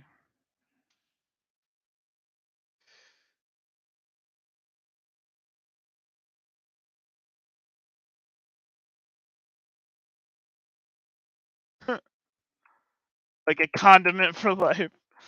Yeah, it's always on the fringes, right? The nothing is never really complete or whole, but it always speaks from the outside.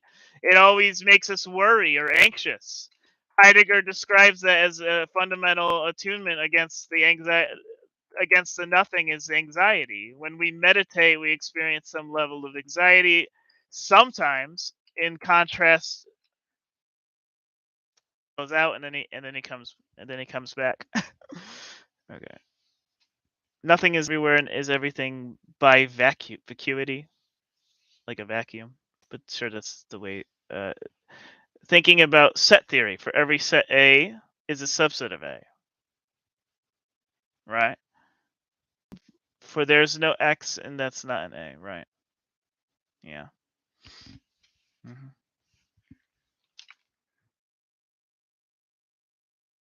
Can there be a set with nothing inside of it? It wouldn't really be a set then. Like the term, the phrase "having nothing inside" shouldn't be able to be spoken, and yet I did. Like an empty set or a box.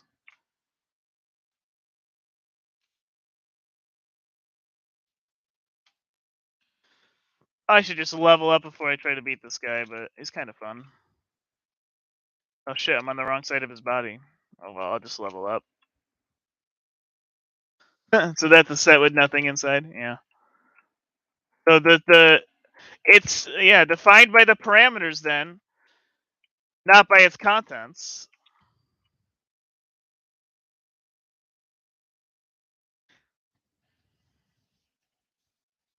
It's like mayonnaise on a sandwich. The sandwich being any and all lack of something.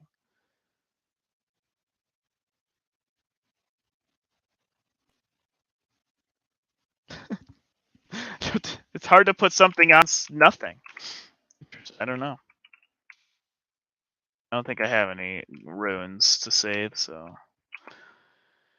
Where to go from here? Oh, I should go to Stormville Castle.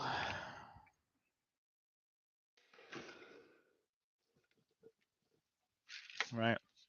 Yeah, those brackets symbolize it's a good old set. Something up there I should get first, actually. There's a bunch of birds that'll shoot me if I do.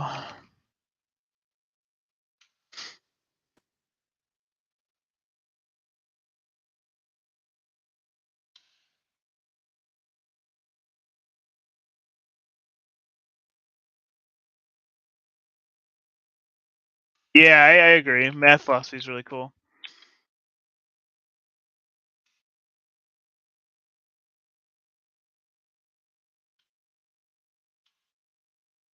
It's a hyperbole. I was reading chat.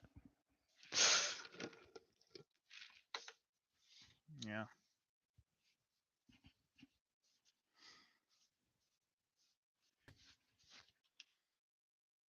I can go this way.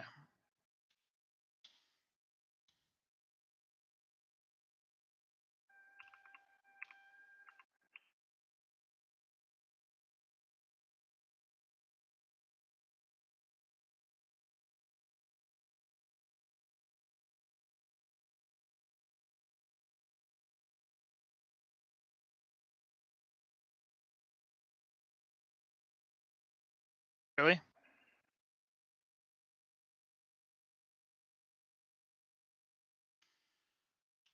There's a guy down there, but I don't want to go attack him for some reason. Efficient!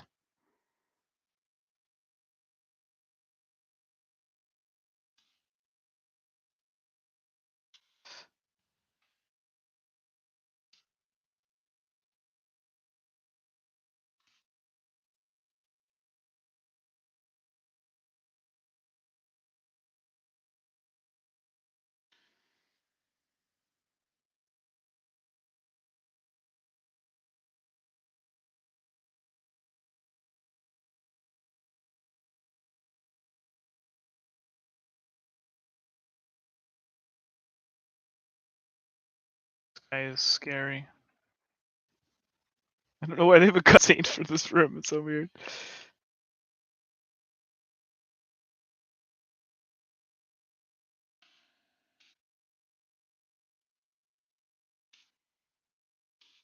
It's pretty hard when you have a dagger. Sharp weapons instead of blunt weapons.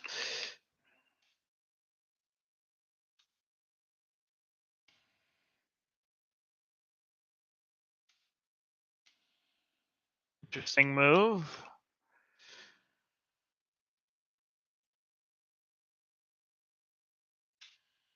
I really was slow there for some reason.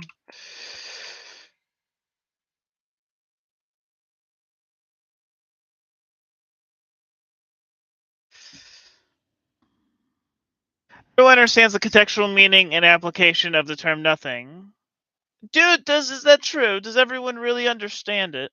Is the understanding complete, or is it just a partial understanding or a practical understanding? So everyone understands the contextual meaning and application of the term nothing, yet we sit around arguing that no one understands.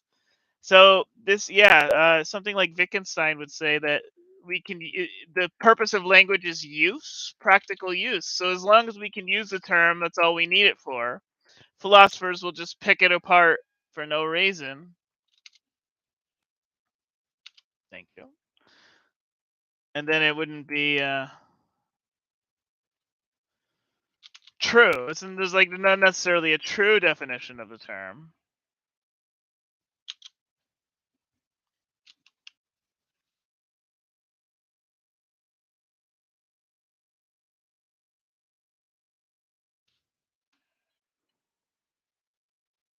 I think I just use this.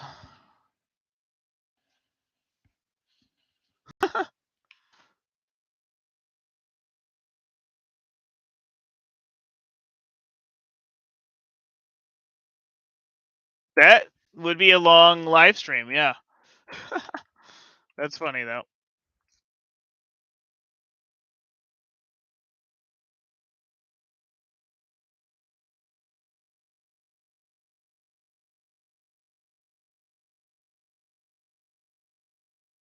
Jesus, this guy's brutal. Pretty sure it's only good for like strength builds. Like strength build would just bop him in the head.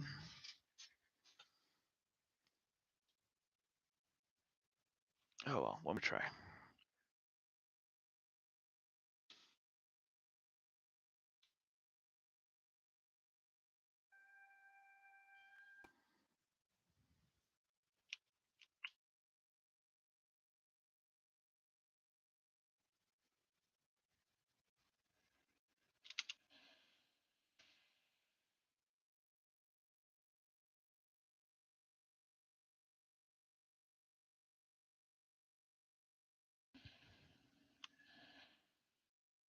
Oh yeah, that seems fun.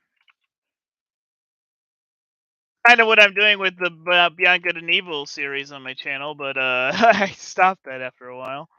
Got to get back into that. That'll take like years because I have a terrible work ethic. All right. I really thought I'd hit the shift on each one of those. I am really late. Okay, hold on. I'm coming out here to reheal. Is he gonna follow me?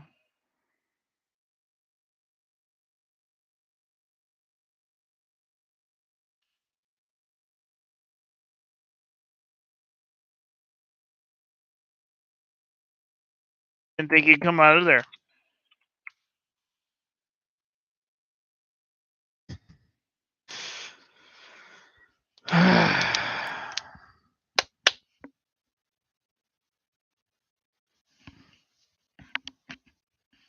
Is it a way? Yeah, maybe. I mean, I think philosophers see that arguments are sort of hopefully a way to understand things better. That's usually the operating thesis: is that an argument uh, pits various views against each other, so that you learn more about like a different viewpoint or something.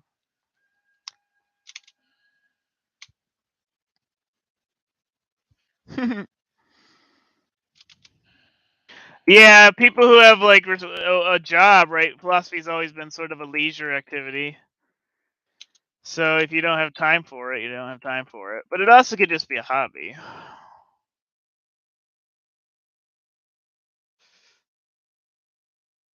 Like, yeah, I don't know. It's hard to make it as a philosopher, like as a job. Guy's just straight up chasing me. Come on, man, give it a rest.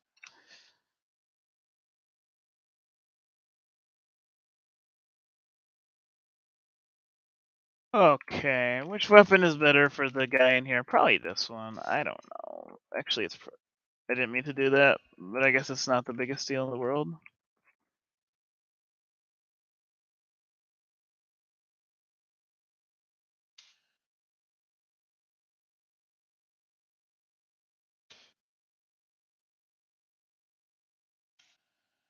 What? Shit, dude. This guy is so relentless.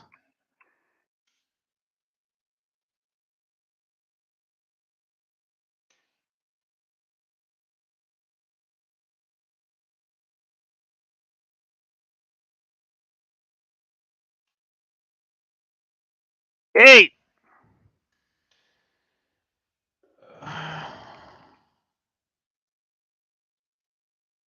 Oh, I'd already gotten the key.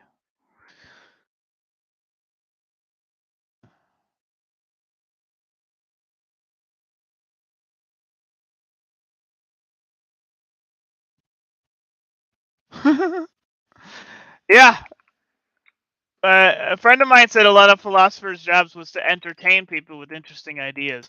So yeah, denying the existence of the external world is a pretty interesting idea. It inspired the Matrix. So the Matrix is a sort of a completely irresponsible or potentially illogical denial of the complete sensible world. That is at least an interesting idea.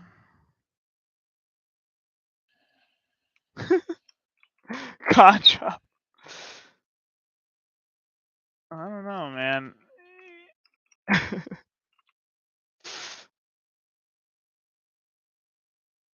I am, yeah, I do like playing on the mouse and keyboard. I've never had a PlayStation or anything, so I never used to play these games because they were all PlayStation exclusives. So then I got them on keyboard, and I just learned this way, and I like them this way, so I got used to it. I don't know.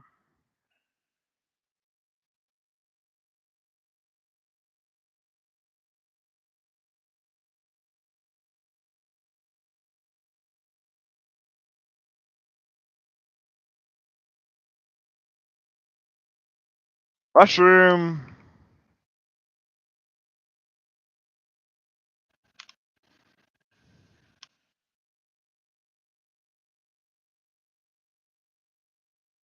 Visible painting. Yeah, I think it's more I'm just used to the mouse and keyboard more.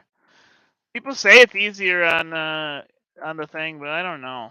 Cause like you can whip your mouse around so fast, it's so useful. Like I can run away from people, and I don't know. I like it.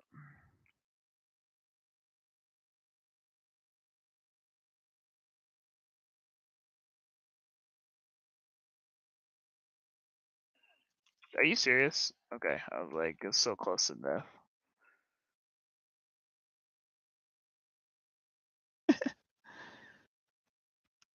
Right, yeah, it's impossible to prove the existence of the external world. Well, you can prove it phenomenally, which is to say, like, you have an experience of the world, so at the very least, it exists as an experience that can be had.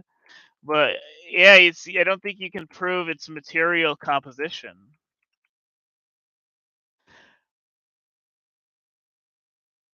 Well, that's the thing, Joshua. Can you prove the existence of the external world?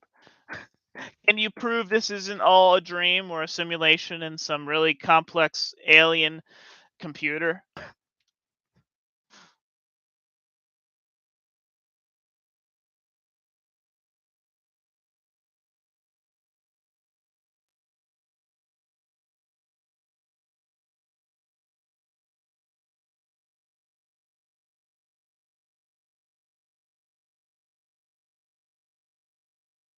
Oh.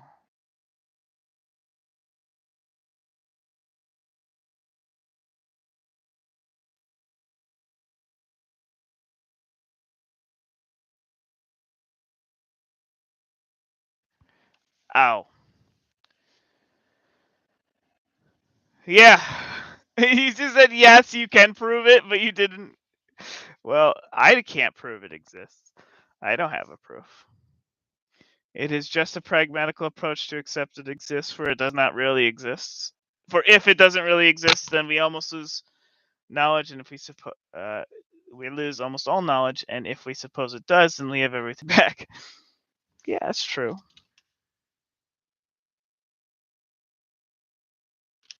Yeah, it's kind of, yeah, it's not the most practical thought.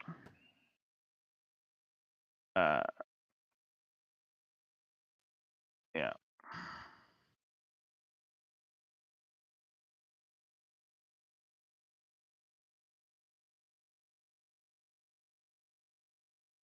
Yeah, Descartes is only able to prove the existence of the self. and the existence of thinking. And I think that's a large reason why Descartes inspired a lot of the idealists, because the certainty of the mind was seemingly more certain than the senses. A lot of philosophers believe that the mind's certainty were superior to the certainties created by the senses. Like mathematical certainties are more solid than any sort of knowledge about the external world could be, debatably.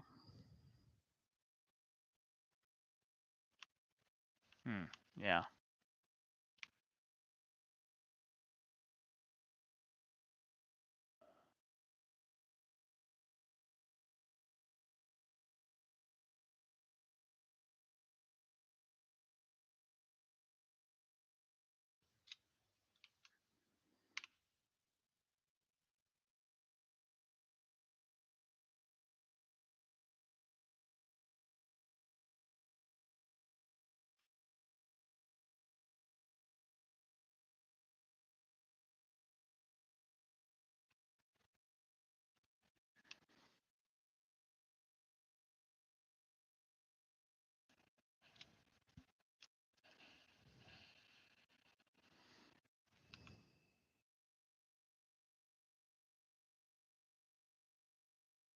Oh, this guy's insanely hard.